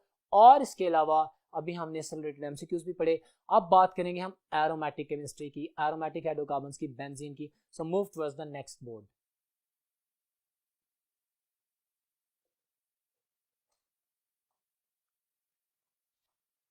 जी तो डियर स्टूडेंट्स, अभी हमने हाइड्रोकार्बन्स की बात की थी, एलिफेटिक हाइड्रोकार्बन्स की, अल्केन्स की, अल्कीन्स की। अपने एमडीकैट के सिलेबस में मौजूद तमाम पॉइंट्स को डिस्कस किया और इसके अलावा उनके एमसीक्यूज की प्रैक्टिस की। अभी हम बात करेंगे आज के इसी टॉपिक में एरोमेटिक हाइड्रोकार्बन्स के हवाले से जो बात है उसकी बात करेंगे, मींस बेंजीन। हमारे पास वो तमाम कंपाउंड्स के जिनमें कम से कम एक बेंजीन रिंग पाया जाता है, they are called as the aromatic hydrocarbons. अब इसकी ब्रीफ केमिस्ट्री जो कि एमडीकैट के क्वेश्चंस के हवाले से इंपॉर्टेंट है वो अब डिस्कस कर रहे हैं, सी ऑन द व्हाइट बोर्ड। सबसे पहले बेंजीन का मैं एक इंट्रो दे रहा हूं कि बेंजीन वो मॉलिक्यूल है जिसको 1825 में मिशेल फैराडे ने for the first time by the destructive distillation of the vegetable oil उससे निकाला था, आइडेंटिफाई किया था। उसके बाद हॉफमैन ने कोल टार की फ्रैक्शनल डिस्टिलेशन की थी 1845 में, तो उसे बेंजीन यानी एरोमेटिक हाइड्रोकार्बन मिला था। ब्रीफ इंट्रोडक्शन है, पूछा जा सकता है, पता होना चाहिए। अच्छा, फिर उसके बाद इसके बारे में इन्वेस्टिगेशन स्टार्ट होती हैं, तमाम चीजें जरूरी हैं। मैं ब्रीफ इंट्रोडक्शन आपको बता देता हूं। बेंजीन मॉलिक्यूल C6H6 एक ऐसा मॉलिक्यूल जिसमें highest carbon to hydrogen ratio है, परसेंटेज है, और lowest hydrogen to carbon percentage है। हाईली अनसैचुरेटेड हाइड्रोकार्बन है। इसके स्ट्रक्चर की इन्वेस्टिगेशन में 40 साल लगे, जिसे 1865 में केक्यूल ने वेरीफाई किया। तमाम केमिस्ट्री आपको आनी चाहिए, आपको पता होना चाहिए कि पहले इसका वेपर डेंसिटी मेथड से मास फाइंड आउट किया गया, उससे पहले एलिमेंटल एनालिसिस किया गया और पता चला सिर्फ कार्बन और हाइड्रोजन है। और उसके बाद फिर एक brief long history which is not the part of MD CAT syllabus, हमारे पास बेंजीन का मॉलिक्यूल ड्राइव किया गया और फिर रेगुलर हेक्सागोनल स्ट्रक्चर का हमें पता चला एक्सरे स्टडी से। हाँ, ये पूछी जा सकती है, आपको पता होना चाहिए ब्रीफ इंट्रोडक्शन में कि कार्बन कार्बन बॉन्ड लेंथ कितनी होती है बेंजीन में। तमाम कार्बन एटम्स की इक्वल बॉन्ड लेंथ, मतलब regular hexagonal structure cyclic structure है 1.397 एंगस्ट्रॉम, कार्बन हाइड्रोजन 1.09 एंगस्ट्रॉम और sp2 हाइब्रिडाइजेशन होती है। इसमें एक अनहाइब्रिडाइज्ड pz ऑर्बिटल रहता है हर कार्बन के ऊपर, और यही वो अनहाइब्रिडाइज्ड pz ऑर्बिटल है जिसकी वजह से बेंजीन की केमिस्ट्री टोटली डिफरेंट केमिस्ट्री है। अब इसके ऊपर बात करेंगे। अब देखें, इसका बॉन्ड एंगल 120 डिग्री होता है। अच्छा, आपके एमडी कैट के सिलेबस में उसने बात की है stability of the benzene. Stability of the benzene को अंडरस्टैंड करने के लिए अभी एक तो ब्रीफ हिस्ट्री हमने पढ़ी है ना, हमारे पास थ्योरेटिकल और मैथमेटिकल लॉजिकल रीजनिंग्स मौजूद है हमारे सिलेबस में। थ्योरेटिकली हमें पता चल जाता है कि जो अनहाइब्रिडाइज्ड pz ऑर्बिटल है जिसमें हर कार्बन के पास एक एक इलेक्ट्रॉन मौजूद है, वो जो इलेक्ट्रॉन है pz इलेक्ट्रॉन हर कार्बन के पास, वो रेजोनेट करता है, वो रिवॉल्व करता है, वो डीलोकलाइज्ड है, वो लोकलाइज्ड नहीं है। उसकी रेगुलर रोटेशन से sheet of electronic cloud benzene के ऊपर होती है और उसकी वजह से जो रेजोनेंस का फिनोमेनन है, रेजोनेंस जिसे हम मीजोमेरिज्म भी बोलते हैं, उस वजह से हमारे पास benzene 5 different possibility of the pairing schemes बनाता है। रेजोनेंस स्ट्रक्चर्स की डेफिनेशन क्या है? What do you mean by resonance? The possibility of the pairing schemes. Got it? अब आप देखते हैं कि हमारे पास ये 2 स्ट्रक्चर्स हैं जिनको हम केक्यूल स्ट्रक्चर कहते हैं और ये 3 स्ट्रक्चर जिनको हम डीवार स्ट्रक्चर कहते हैं। इनको मेजर कंट्रीब्यूटर कहते हैं क्योंकि ये 78% ये 2 स्ट्रक्चर पाए जाते हैं। अगर टाइम कंज्यूम किया जाए, देखा जाए तो ये 5 के 5 स्ट्रक्चर्स हैं बेंजीन के, लेकिन बेंजीन ज्यादा इन 2 स्ट्रक्चर्स में रहता है। और ये जो 3 स्ट्रक्चर्स हैं, they are called as the Dewar structures. इनकी 22% कंट्रीब्यूशन होती है, इनको माइनर कंट्रीब्यूटर्स भी कहा जाता है। बेंजीन रिंग इन 5 शक्लों में in all these 5 structures exist करता है। दूसरे लफ्जों में, किसी एक भी स्ट्रक्चर से बेंजीन कंप्लीटली रिप्रेजेंट नहीं होता। क्यों? क्योंकि the very important MCQ regarding this, benzene में एक भी पाई बॉन्ड नहीं है। माय डियर स्टूडेंट, एक भी डबल बॉन्ड नहीं है। हाँ, बेंजीन में 6 पाई इलेक्ट्रॉन्स हैं, बट पाई बॉन्ड कोई नहीं है, क्योंकि पाई बॉन्ड तो लोकलाइज्ड होता है। अगर लोकलाइज्ड होता तो हमारे पास वो 2 कार्बन जिनमें डबल बॉन्ड है, उनकी बॉन्ड लेंथ 1.34 एंगस्ट्रॉम होती, लेकिन यहाँ पे तो बेंजीन में जो तमाम कार्बन कार्बन बॉन्ड लेंथ्स हैं 1.397 एंगस्ट्रॉम है। नीदर 1.54 एंगस्ट्रॉम जो कि सिंगल बॉन्ड की लेंथ होती है, नोर 1.34 angstrom which is the length of a double bond. Here when we are talking about the benzene ring, we are saying it's a regular hexagonal structure. It means all the lengths are equal length of 1.397 angstrom. It means electronic cloud is resonating. There is no fixed double bond. Very important MCQ regarding the benzene chemistry. In the benzene ring, there are 6 pi electrons, but no pi bond. No pi bond. Rather, delocalized pi electronic cloud is present, due to which there are the resonance structures are available, and greater the resonance contributing structures, greater the mesomeric structures, resonance structures are called the mesomeric structure, greater will be the stability of the molecule. A molecule having more resonance contributing structures is more stable because it has the different possibility of the pairing schemes. Its electronic cloud resonate. और इसकी reason conjugation है. You know what is conjugation? Alternative double single bonds. This is called as conjugation. तो conjugation या resonance या extra stability, ये directly connected है। और ये स्टेबिलिटी ऑफ द बेंजीन की थ्योरेटिकल डिस्क्रिप्शन थी जो मैंने की। अब आते हैं हमें कोई लॉन्ग प्रोसीजर जो आप लोगों ने किताब में पढ़ा हुआ है about the heat of hydrogenation of the benzene molecule, उससे related data. See on the next board. जी तो डियर स्टूडेंट्स, अब हम एक्सपेरिमेंटल डाटा की बात करते हैं। We are going to talk about whether this molecule is extra stable, is it is a theoretical representation और is there any kind of a practical evidence. See, what if double bond is going to be hydrogenated. हम पढ़ते हैं ना heat of hydrogenation कितनी होती है 119.5 kilojoules per mole. If I am assuming, let's suppose if I am assuming that there are 3 pi bonds in the benzene ring, then 119.5 multiplied by 3 is 358.5 kilojoules per mole. ठीक है, इतनी energy release होनी चाहिए. But जब हम actually experiment करते हैं, हम 3 मॉलिक्यूल ऑफ हाइड्रोजन ऐड करते हैं, बेंजीन में एडिशन करते हैं. अभी इसके रिएक्शंस की कैटेगरी की स्पेसिफिकेशन में आऊंगा, लेकिन अभी आप समझें कि हाइड्रोजनेशन कर दी तो मेरे पास -358.5 kilojoules per mole एनर्जी आनी चाहिए थी ना, रिलीज होनी चाहिए था. बस ऐसा नहीं होता.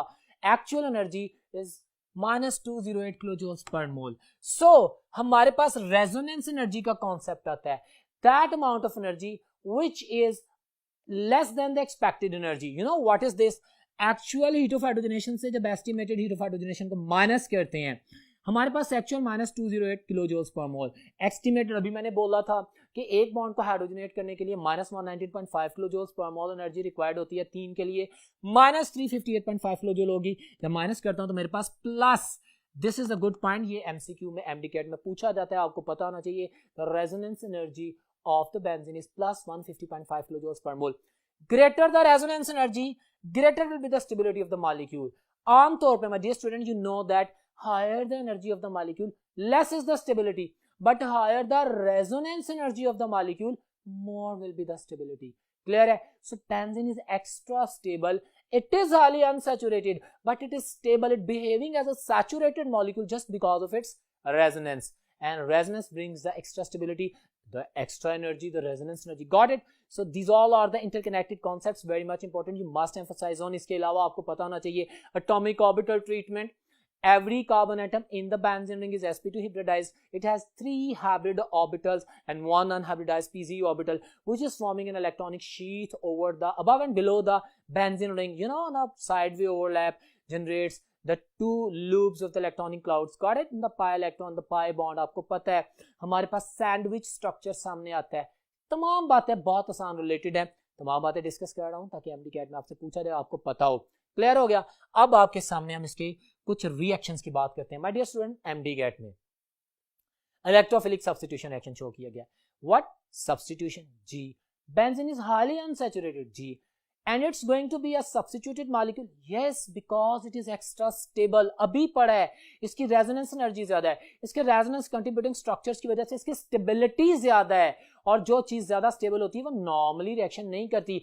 अगर रिएक्शन करवाया जाता है तो सब्स्टिट्यूशन रिएक्शन करता है, जैसा कि अल्केन्स में होता है. लेकिन यहाँ पे सब्स्टिट्यूशन कौन सी होती है? Electrophilic substitution reaction. मेरे वर्ड सुनते जाएं जो मैंने बोले भी हैं, और आप नेक्स्ट देखें भी. आप देखें, benzene is highly unsaturated but stable due to the resonance structures. अभी बोला, very strong electrophile is required to disturb the benzene ring, to react with the benzene ring. Why? Because benzene ring is extra stable. It needs a very strong partner to react with that. Okay, otherwise ये reaction नहीं करता. Strong electrophile generate करते हैं, और हमारे पास electrophilic substitution reactions होते हैं. तमाम electrophilic substitution reaction benzene के आपके सिलेबस में है. अभी मैं उनका जनरल मैकेनिज्म बोलने लगा, मेरे वर्ड सुनकर फिर बाद में आपको एक स्लाइड दिखाऊंगा, आपको अंदाजा हो जाएगा तमाम डाटा किस तरह एमडीकेट में आपके सामने प्रेजेंट किया गया है. माय डियर स्टूडेंट्स, ये बेंजीन रिंग है. अच्छा, this is the resonance hybrid structure of the benzene. ये एमडीकेट का क्वेश्चन है. अभी आपने 2 के क्यूल स्ट्रक्चर पढ़े, अभी आपने 3 डिवार्ट स्ट्रक्चर्स देखे.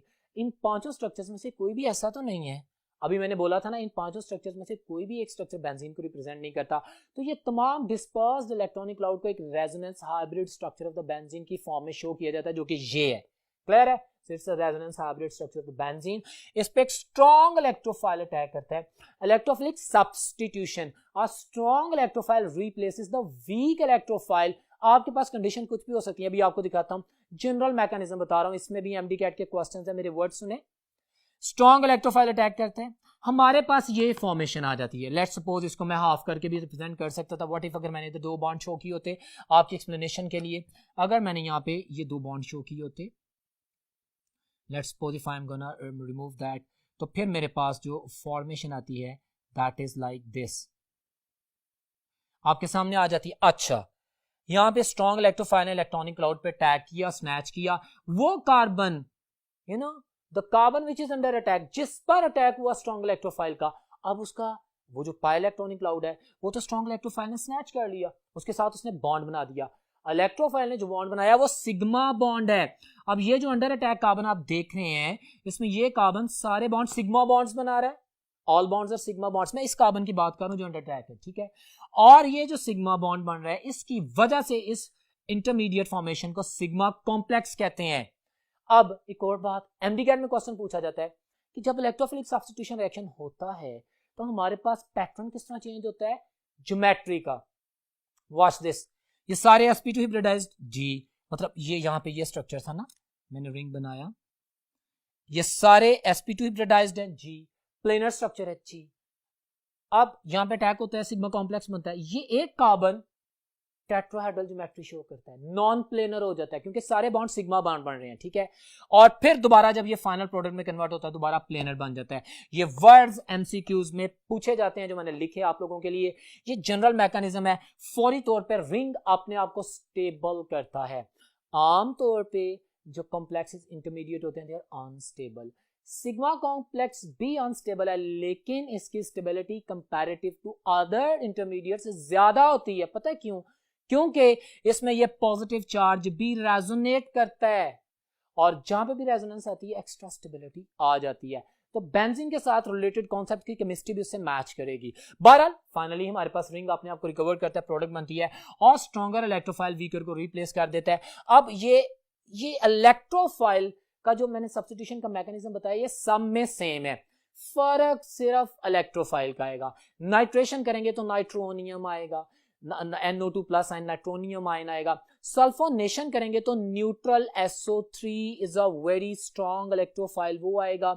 इस तरह फ्रीडल क्राफ्ट रिएक्शंस पढ़ते हैं in the presence of AlCl3 a Lewis acid, acylation में acyl group extremely positive strong electrophile आएगा, अल्काइलेशन में एक अल्काइल ग्रुप पे पॉजिटिव चार्ज आएगा और हमारे पास डिफरेंट प्रोडक्ट्स बनेंगे, डिफरेंट इलेक्ट्रोफाइल्स होंगे बट मैकेनिज्म सेम होगा। सो इसको ध्यान में रखिए, no need to get confuse, see a slide for your more information. Students आपके सामने एक स्लाइड है जो कि रिएक्शंस रिप्रेजेंट कर रहे हैं। This is MDCAT the summary of the whole chemistry. आपके सामने स्लाइड में आप देख सकते हैं माय डियर स्टूडेंट्स, उसने रिएक्शंस दे दी हैं टाइप ऑफ। सबसे पहले नाइट्रेशन की बात कर रहा है, नाइट्रोनियम आयन यानी नाइट्रो ग्रुप की वो सब्स्टिट्यूशन होती है, सब्स्टिट्यूशन रिएक्शन है ना, introduction to the of the nitro group आता है। हमारे पास नाइट्रोनियम आयन किस तरह बनता है आपको याद होना चाहिए, एमडीकैट में पूछ सकता है कि 55 to 60 डिग्री सेंटीग्रेड टेम्परेचर होता है, सल्फ्यूरिक एसिड कैटालिस्ट की प्रेजेंस में NO3 जो है वो नाइट्रोनियम आयन जनरेट करता है, रिएक्शन मैकेनिज्म सेम फॉलो होता है।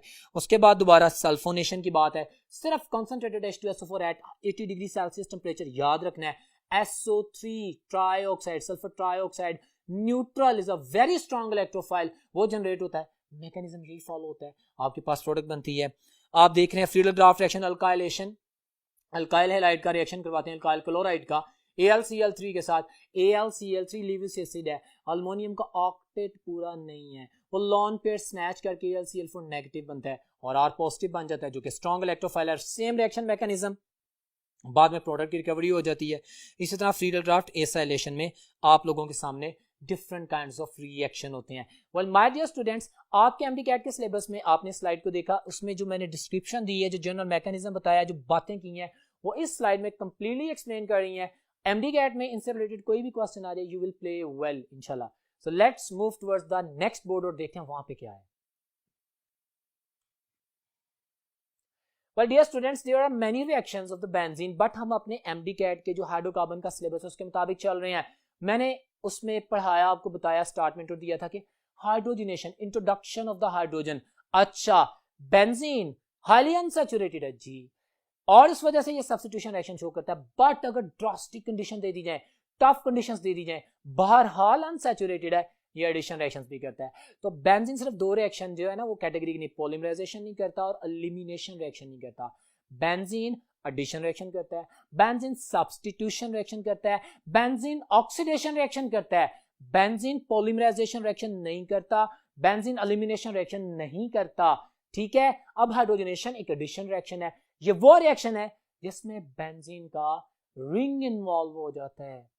आप जो सब्स्टिट्यूशन रिएक्शंस पढ़े हैं ना, सब्स्टिट्यूशन रिएक्शंस में फाइनल प्रोडक्ट में रिंग को तो कुछ नहीं होता जी, तो रिंग इन्वॉल्व नहीं कहता मैं, कहता रिंग इन्वॉल्व नहीं होता। लेकिन यहाँ पे रिंग डिस्ट्रॉय हो रहा है। आप देखें रिएक्शन आपके सामने है, हमारे पास बेंजीन में हाइड्रोजन ऐड हो रही है, अच्छा, कैटालिस्ट याद रखिएगा, एक सिंपल इंट्रो दिया उसने आपको, इनके कैटालिस्ट याद होने चाहिए। हाइड्रोजनेशन ऑफ द बेंजीन हमारे पास साइक्लोहेक्सेन को जनरेट करती है, सैचुरेट हो जाता है ना, कौन से कैटालिस्ट की प्रेजेंस में? निकल कैटालिस्ट है 200 डिग्री सेंटीग्रेड, या आप प्लाटिनियम मेटल को एसिडिक मीडिया में रिएक्ट करवाएंगे तो एडिशन हो जाती है, बेंजीन रिंग में हाइड्रोजन को ऐड किया जा सकता है। चूंकि बेंजीन में तीन पाई बॉन्ड्स की अनसैचुरेशन है, 3 पाई बॉन्ड्स नहीं है, 6 पाई इलेक्ट्रॉन्स हैं, लेकिन अनसैचुरेशन तो 3 पाई बॉन्ड्स की है ना। हाँ, पाई बॉन्ड मौजूद नहीं है, लोकलाइज नहीं है, बट उसकी अनसैचुरेशन तो है, इसलिए ये 3 मॉलिक्यूल ऑफ हाइड्रोजन के ऐड करेगा। There is no pi bond, I'm telling you again and again, in the benzene, but 6 pi electron, and the unsaturation of the 3 pi bonds is available because there are 6 pi electrons which are resonating on the ring. Got it? Well, तो ये आपके सामने simple reaction है cyclohexane का। Next बात करते हैं side chain oxidation की। मैंने एक सिंपल रिएक्शन लिखा, आपके एमडी कैट के सिलेबस में उसने बोला है टोलुइन, यहाँ पे मिथाइल लगा दो, और फिर बोलता है इथाइल बेंजीन, तुम इथाइल लगा दो। मैं आपको कहता हूं मेरे स्टूडेंट्स, आप यहाँ पे जो मर्जी अल्काइल चेन लगा दें, आप प्रोपाइल लगा दें, आप पेंटाइल लगा दें, आप डीकाइल लगा दें, एक अल्काइल चेन, चाहे वो मीथाइल है, चाहे वो इथाइल है, चाहे जो भी है, जब वो strong oxidising agent KMnO4 plus H2SO4, strong oxidising agent क्यों बोला, आप व्हाइट बोर्ड पे देख सकते हैं, ये जब रिएक्शन करते हैं तो नेसेंट ऑक्सीजन जनरेट होती है, और नेसेंट ऑक्सीजन, अब खूबसूरत केमिस्ट्री, बेंजीन रिंग का स्ट्रॉन्ग ऑक्सीडाइजिंग एजेंट भी कुछ नहीं बिगाड़ सकते। Benzene ring is extra stable, it is not going to react with the strong oxidising agent, it is going to react with the very strong oxidising agent, जो कि आपकी book में है vanadium pentoxide at 500 degree Celsius, वो very strong oxidising agent है, वो benzene ring को destroy करता है, स्ट्रॉन्ग नहीं कर सकता। क्लियर है? हाँ, स्ट्रॉन्ग ऑक्सीडाइजिंग एजेंट अगर कोई अल्काइल चेन अटैच है जिसको साइड चेन कहते हैं, तो उसको ऑक्सीडाइज कर देगा। बिल्कुल उसी तरह पहले हमारे पास अल्कोहल बनेगी, benzyl alcohol, let's suppose toluene होती, तो फिर इस तरह हमारे पास एसिड बनेगा, रिलेटिव एल्डिहाइड बनेगा, और फिर फाइनल प्रोडक्ट कार्बोक्सिलिक एसिड बनेगा। वॉच दिस, मेरे पास एक अल्काइल चेन 8 COOH में कन्वर्ट होती है। अच्छा, अगर यहाँ पे सिर्फ मीथाइल होता ना, खाली CH3, तो भाई कार्बन डाइऑक्साइड ना बनती, सिर्फ वाटर बनता, आपकी बुक में लिखा गया, और 3 ऑक्सीजन के एटम यूज होते, 3। अब मैं नंबर ऑफ कार्बन एटम बढ़ाता जाता हूं, सुनो, मेरे पास इथाइल ग्रुप आ गया, 2 कार्बन आ गए, अब यहाँ पे 6 ऑक्सीजन एटम इन्वॉल्व होंगे और साथ में कार्बन डाइऑक्साइड बनेगा। जितने एक्स्ट्रा कार्बन होंगे they are going to convert into the carbon dioxide, और वाटर तो बन ही रहा है। बहरहाल एक अल्काइल चेन एक COOH ग्रुप में कन्वर्ट होती है, जो कि आपके सामने प्रेजेंट किया गया है। These were few reactions. Now the very interesting and the very important chemistry regarding the MDCAT topic, orientation of the second electrophilic group, benzene ring है, उस पर इलेक्ट्रोफाइल अटैक कर रहा है, इलेक्ट्रोफिलिक सब्स्टिट्यूशन हो रही है। पहला तो जो लग गया मोनो सब्स्टिट्यूटेड बेंजीन रिंग में, वो नंबर 1 कार्बन पे है। अब वो जिधर मर्जी लग सकता था पहला, क्योंकि वहां पे कोई दूसरा ग्रुप मौजूद नहीं था, लेकिन अब जो सेकंड सब्स्टिट्यूएंट आएगा, वो सेकंड सब्स्टिट्यूएंट बेंजीन रिंग में किस पोजीशन पे जाएगा, इसका फैसला पहले से मौजूद ग्रुप करेगा। वो कैसे डिसीजन करेगा? हमारे पास आप जानते हैं बेंजीन रिंग में हमने 3 लोकेशंस जो डाई सब्स्टिट्यूटेड में डिफाइन की हुई हैं, 1-2 पोजीशन जैसे हम ऑर्थो कहते हैं, 1-3 पोजीशन जैसे हम मेटा कहते हैं, 1-4 पोजीशन, 3 ही तो डाई सब्स्टिट्यूटेड पोजीशंस है, जैसे हम पैरा कहते हैं। सो मेरे पास कुछ ग्रुप्स ऐसे हैं जो ऑर्थो एंड पैरा डायरेक्टर्स हैं, जिनको हम 2-4 डायरेक्टर्स कहते हैं, और कुछ ग्रुप ऐसे हैं जो कि मेटा डायरेक्टर है, जिनको हम 3-5 डायरेक्टर्स कहते हैं। आप इससे रिलेटेड तमाम कॉन्सेप्ट समझिएगा इंतहाई सिंपलेस्ट वे में, परफेक्ट मोस्ट इंफॉर्मेशन आपके सामने। बात करते हैं ऑर्थो पैरा डायरेक्टर्स की, मीन टू से 2-4 डायरेक्टर्स की। आप जानते हैं हमारे, अब ये पॉइंट्स नोट कर लें, MDCAT के MCQs हैं ये सारे पॉइंट्स। हमारे पास ऑर्थो पैरा डायरेक्टर्स ग्रुप जो होते हैं वो रिंग एक्टिवेटर्स होते हैं। Ring activate normally ring activate करते हैं, बल्कि एक एक्सेप्शन को मैंने डिस्कस कर दिया है, आप यही कहेंगे they R ring activators. Exception का केस बाद में भी पढ़ते हैं ना। They R ring activators. कैसे रिंग एक्टिवेट होता है? By the donation of electrons. वो रिंग को इलेक्ट्रॉन डोनेट करते हैं, इलेक्ट्रॉन डेंसिटी बढ़ जाती है। वो ग्रुप जो इलेक्ट्रॉन डेंसिटी बढ़ाए वो रिंग एक्टिवेटर है, और वो आने वाले सेकंड सब्स्टिट्यूएंट को ऑर्थो और पैरा पे इसलिए डायरेक्ट करता है कि वहां पे मैक्सिमम इलेक्ट्रॉन डेंसिटी होती है। Got it? इस वजह से कि वहां पे करीब तरीन में सप्लाई होती है। फिर सिमेट्री को बैलेंस करने के लिए नंबर 4 पोजीशन के ऊपर इलेक्ट्रॉन डेंसिटी मैक्सिमम होती है। तो जो रिंग एक्टिवेटर्स हैं वो इलेक्ट्रॉन डोनेटिंग ग्रुप्स होते हैं, वो ऑर्थो पैरा डायरेक्टर्स होते हैं। सिर्फ एक एक्सेप्शनल केस वॉच मैंने लिखा है हैलोजेंस, ये बाय नेचर इलेक्ट्रॉन एक्टिव है, इनकी टेंडेंसी इलेक्ट्रॉन विदड्रॉ करने की है, ये रिंग के साथ अटैच होते हैं, इलेक्ट्रॉन विदड्रॉ करते हैं, और जो इलेक्ट्रॉन विदड्रॉ करता है वो डीएक्टिवेटर होता है। जी, halogens are deactivators, they are electron withdrawing but they are ortho para directors. Why? Question आता है why। इसके डिस्क्रिप्शन ए लेवल्स में मौजूद है, मैंने वो वर्ड बोल दिया है for my all FSC students also. They are the deactivators, halogens are the deactivators but ortho para directors. You know why? Because of inductive effect. It's a phenomenon that a huge electron density on a single halogen atom which is going to be induced into the ring, they are going to transfer back one side, it is going to withdraw the electron from the benzene ring, and ultimately that huge electronic cloud is not being controlled by the halogen atom and it's going to supply again to the ring. Ultimately they're going to activate the position. They are deactivators, but due to the inductive effect they are going to generate the high electron density at ortho and para position, so that's why they are ortho and para director. Point याद रखिएगा। Next board पे further description देख लेते हैं और examples को भी पढ़ लेते हैं। जी तो dear students, ortho para director में सिंपल ये पहला सब्स्टिट्यूएंट लगा हुआ है, वहां से नंबरिंग स्टार्ट करते हैं। 1 2 3 4 5 6 मैंने पोजीशंस एलोकेट कर दी हैं। अब 1 2 पोजीशन और 1 4 पोजीशन ये ऑर्थो है, ये पैरा पोजीशन है। तो मेरे पास अगर रिंग एक्टिवेटर लगा है, जो मैंने अभी सारी बात की, वो ऑर्थो और पैरा पोजीशन में डायरेक्ट करता है। कौन कौन से ग्रुप्स याद करें, क्रैम करें। वेल तो ट्रिक भी तो होगा, है वो मैं बता रहा हूँ। वैसे तो मैंने लिख दी है आपके सामने है, हैलोजेंस है, अल्काइल चेन है, हाइड्रोक्सिल ग्रुप है, और ये सारे आपके सामने हैं।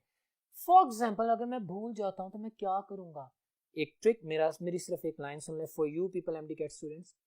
अगर एक स्ट्रॉन्ग एटम बेंजीन रिंग के साथ अटैच है, जैसे strong electron nitrogen and oxygen, अच्छा स्ट्रॉन्ग एटम अटैच है और उसके साथ कोई वीक पार्टनर है, जैसे नाइट्रोजन स्ट्रॉन्ग है, कार्बन वीक है, जिसकी इलेक्ट्रॉन एक्टिविटी कम है, पॉइंट समझ आया? तो वो क्या करेगा, वो अपने करीब वाले से इलेक्ट्रॉन छीनेगा। ये नाइट्रोजन हाइड्रोजन से इलेक्ट्रॉन स्नैच करेगा, ऑक्सीजन हाइड्रोजन से करेगा, ये अपनी अल्काइल चेन से करेगा, और ये स्ट्रॉन्ग एटम अपने पार्टनर से इलेक्ट्रॉन स्नैच करके रिंग को दे देगा। Very simple, NH2 nitrogen hydrogen से इलेक्ट्रॉन स्नैच करके रिंग को दे रहा है, तो एक्टिवेट कर रहा है, रिंग एक्टिवेटर है, कॉट इट, तो वो ऑर्थो पैरा डायरेक्टर हो गया। इसके रिवर्स में अगर एक एटम जो कि बेंजीन रिंग से अटैच है और उसके साथ एक पावरफुल एटम मौजूद है जिसकी इलेक्ट्रॉन एक्टिविटी ज्यादा है, तो वो उस एटम से इलेक्ट्रॉन छीनेगा और वो एटम अपनी बेंजीन रिंग से इलेक्ट्रॉन छीनेगा और वो मेटा डायरेक्टर हो जाएगा, वो डीएक्टिवेटर हो जाएगा। वन मोर इंटरेस्टिंग थिंग, आपके ज़हन में क्वेश्चन आ सकता है, alkyl chain, let's suppose methyl, sir methyl में जो कार्बन और हाइड्रोजन है इलेक्ट्रॉन एक्टिविटी डिफरेंस भी इतना नहीं है, बिल्कुल सही कह रहे हो, नहीं है। सर कार्बन के पास कोई लोन पेयर भी नहीं है, बिल्कुल नहीं है। अच्छा तो सर ये कैसे रिंग एक्टिवेटर है, ये कैसे इलेक्ट्रॉन डेंसिटी इंक्रीज करता है, ये कहां से इलेक्ट्रॉन रिंग को डोनेट करता है? इसका आंसर है सिग्मा बॉन्ड रेजोनेंस, या जिसको हम हाइपर कॉन्जुगेशन बोलते हैं। कार्बन अपने हाइड्रोजन से जो सिग्मा बॉन्ड के इलेक्ट्रॉन है उनकी शेयरिंग बेंजीन रिंग में करता है, और अल्काइल चेन रिंग एक्टिवेटर है, इस वजह से वो सिग्मा बॉन्ड रेजोनेंस की वजह से ऑर्थो पैरा डायरेक्टर है। ये भी अहम पॉइंट था, अपने ज़हन में रखिएगा। अब मेटा डायरेक्टर की बात कर लेते हैं, जो कि इसके रिवर्स में एंटागोनिस्टिक अप्रोच है।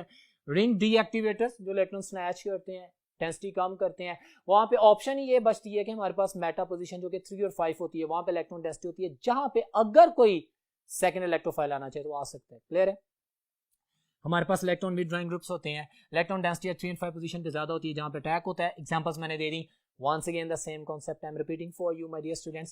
ये देखो कार्बन अटैच है ना रिंग के साथ, यहाँ पे रिंग की अटैचमेंट है, कार्बन वीक है, नाइट्रोजन स्ट्रॉन्ग है, हाँ। वीक से स्ट्रॉन्ग इलेक्ट्रॉन स्नैच करेगा और ये रिंग से स्नैच करेगा और रिंग पे डीएक्टिवेशन हो जाएगी, मेटा डायरेक्टर हो जाएगा। स्पीकिंग इस तरह, कार्बन अटैच है रिंग के साथ और स्ट्रॉन्ग 2 ऑक्सीजन आइटम उससे इलेक्ट्रॉन छीन रहे हैं, ये रिंग से छीनेगा, डीएक्टिवेशन करेगा। Got it? और एक और इंटरेस्टिंग बात आप यहाँ पे देख सकते हैं, यहाँ पे नाइट्रोजन अल्काइल चेन्स लगी हुई हैं। सर यहाँ पे भी नाइट्रोजन के साथ अल्काइल चेन्स थी, ये तो ऑर्थो पैरा डायरेक्टर था। माय डियर स्टूडेंट, यहाँ पे 3 अल्काइल चेन्स हैं, यहाँ पे नाइट्रोजन अपना लोन पेयर डोनेट कर चुका है, यहाँ पे नाइट्रोजन ने कोऑर्डिनेट कोवेलेंट बॉन्ड बनाया अपने लोन पेयर का, इस पे पॉजिटिव चार्ज है, ये इलेक्ट्रॉन डेफिशिएंट है, ये इलेक्ट्रॉन स्नैच करेगा, जैसे इलेक्ट्रॉन स्नैच करेगा विथड्रॉ करेगा तो डीएक्टिवेटर हो जाएगा और ये आप लोगों के पास मेटा डायरेक्टर हो जाएगा। That was all about today's lecture. मैं कुछ एमसीक्यूज की प्रैक्टिस आप लोगों के लिए आपके सामने करता हूं, उसके बाद हम अपने लेक्चर को एंड करेंगे। जी तो डियर स्टूडेंट्स, एक क्वेश्चन है आपके सामने, alkyl benzene are readily oxidised by acidified KMnO4 और potassium dichromate in the presence of H2SO4, सही कह रहा है। Alkyl groups are oxidised keeping the benzene ring intact. मैंने बताया था बेंजीन रिंग को कुछ नहीं होता क्योंकि ये स्ट्रॉन्ग ऑक्सीडाइजिंग एजेंट है, benzene ring very strong oxidising agent से डिस्ट्रॉय होता है। On the oxidation of the ethyl benzene क्या बनेगा जी, बताओ मुझे। वेरी सिंपल, अभी पढ़ के आए, बेंजोइक एसिड। प्रोपाइल बेंजीन या मिथाइल बेंजीन, सबसे बेंजोइक एसिड बनेगा, एक अल्काइल चेन एक COOH में कन्वर्ट होगी। एमसीक्यू की प्रैक्टिस आ गई। वेल डियर स्टूडेंट्स, एक और क्वेश्चन आपके सामने है और ये इन्फॉर्मेटिव क्वेश्चन है, टेबल बना हुआ है। कहता है during the nitration of the benzene a nitro group, ठीक है, substitute at a carbon atom, which one of the following gives the arrangement of the bonds at this carbon atom, जो कि अंडर अटैक है। खूबसूरत सवाल। और यहां पे वो जो मैंने आपको सिग्मा कॉम्प्लेक्स में हिब्रिडाइजेशन का चेंज होना और ज्योमेट्री का टेट्राहेड्रल होना डिस्कस किया था, वो काम आएगा। ये एमडी कैट का बहुत इंपॉर्टेंट क्वेश्चन है। और जो टेबल बना है उसने मुझे कहा कि मुझे बताएं कि कौन डिस्क्रिप्शन कर रहा है। Well my answer is the beta option. और जस्टिफिकेशन आप समझते हैं कि प्लेनर बेंजीन से sigma complex non planar tetrahedral under attack carbon बनता है, sp3 हिब्रिडाइजेशन होती है और दोबारा प्रोडक्ट प्लेनर हो जाती है। So best example is the description is the beta option. ये एमसीक्यू आपके सामने रखा गया है। वेल इसके अलावा एक और क्वेश्चन आप लोगों के लिए फ्रीडल क्राफ्ट सैलेशन अल्काइलेशन के हवाले से है। AlCl3 catalyse certain reactions by forming the carbocation. Exactly वो जो अल्काइलेशन की बात कर रहे हैं ना, और इसाइल ग्रुप में कार्बन पॉजिटिव की with the chloroalkane as shown in the ठीक है following equation. This can occur because reason पूछ रहा है, मैंने बोला था ना एल्यूमिनियम का ऑक्टेट नहीं पूरा होता, एज अ लेविस एसिड काम करता है। सो आंसर कर देते हैं। इसमें मैं तमाम अगर ऑप्शंस को देखता हूं तो Charlie option is the suitable most answer. कहता है कि AlCl3 में एल्यूमिनियम का ऑक्टेट पूरा नहीं होता, इसलिए वो इलेक्ट्रॉन स्नैच अप करता है और आपके सामने इसकी डिस्क्रिप्शन करता है। Well my dear students, that was all about the today's lecture. In this lecture, in the very limited time, I tried that all chemistry regarding the hydrocarbons does not matter they're aliphatic or aromatic. All the data is going to be delivered for you people. और इसमें मैंने MCQs की practice भी करवाई है। उम्मीद करता हूँ कि आपको समझ आई होगी और आप इस लेक्चर की रोशनी में अच्छी तैयारी करेंगे और आपका टेस्ट बेहतरीन होगा। नेक्स्ट लेक्चर में मुलाकात होती है, तब तक अल्लाह हाफिज।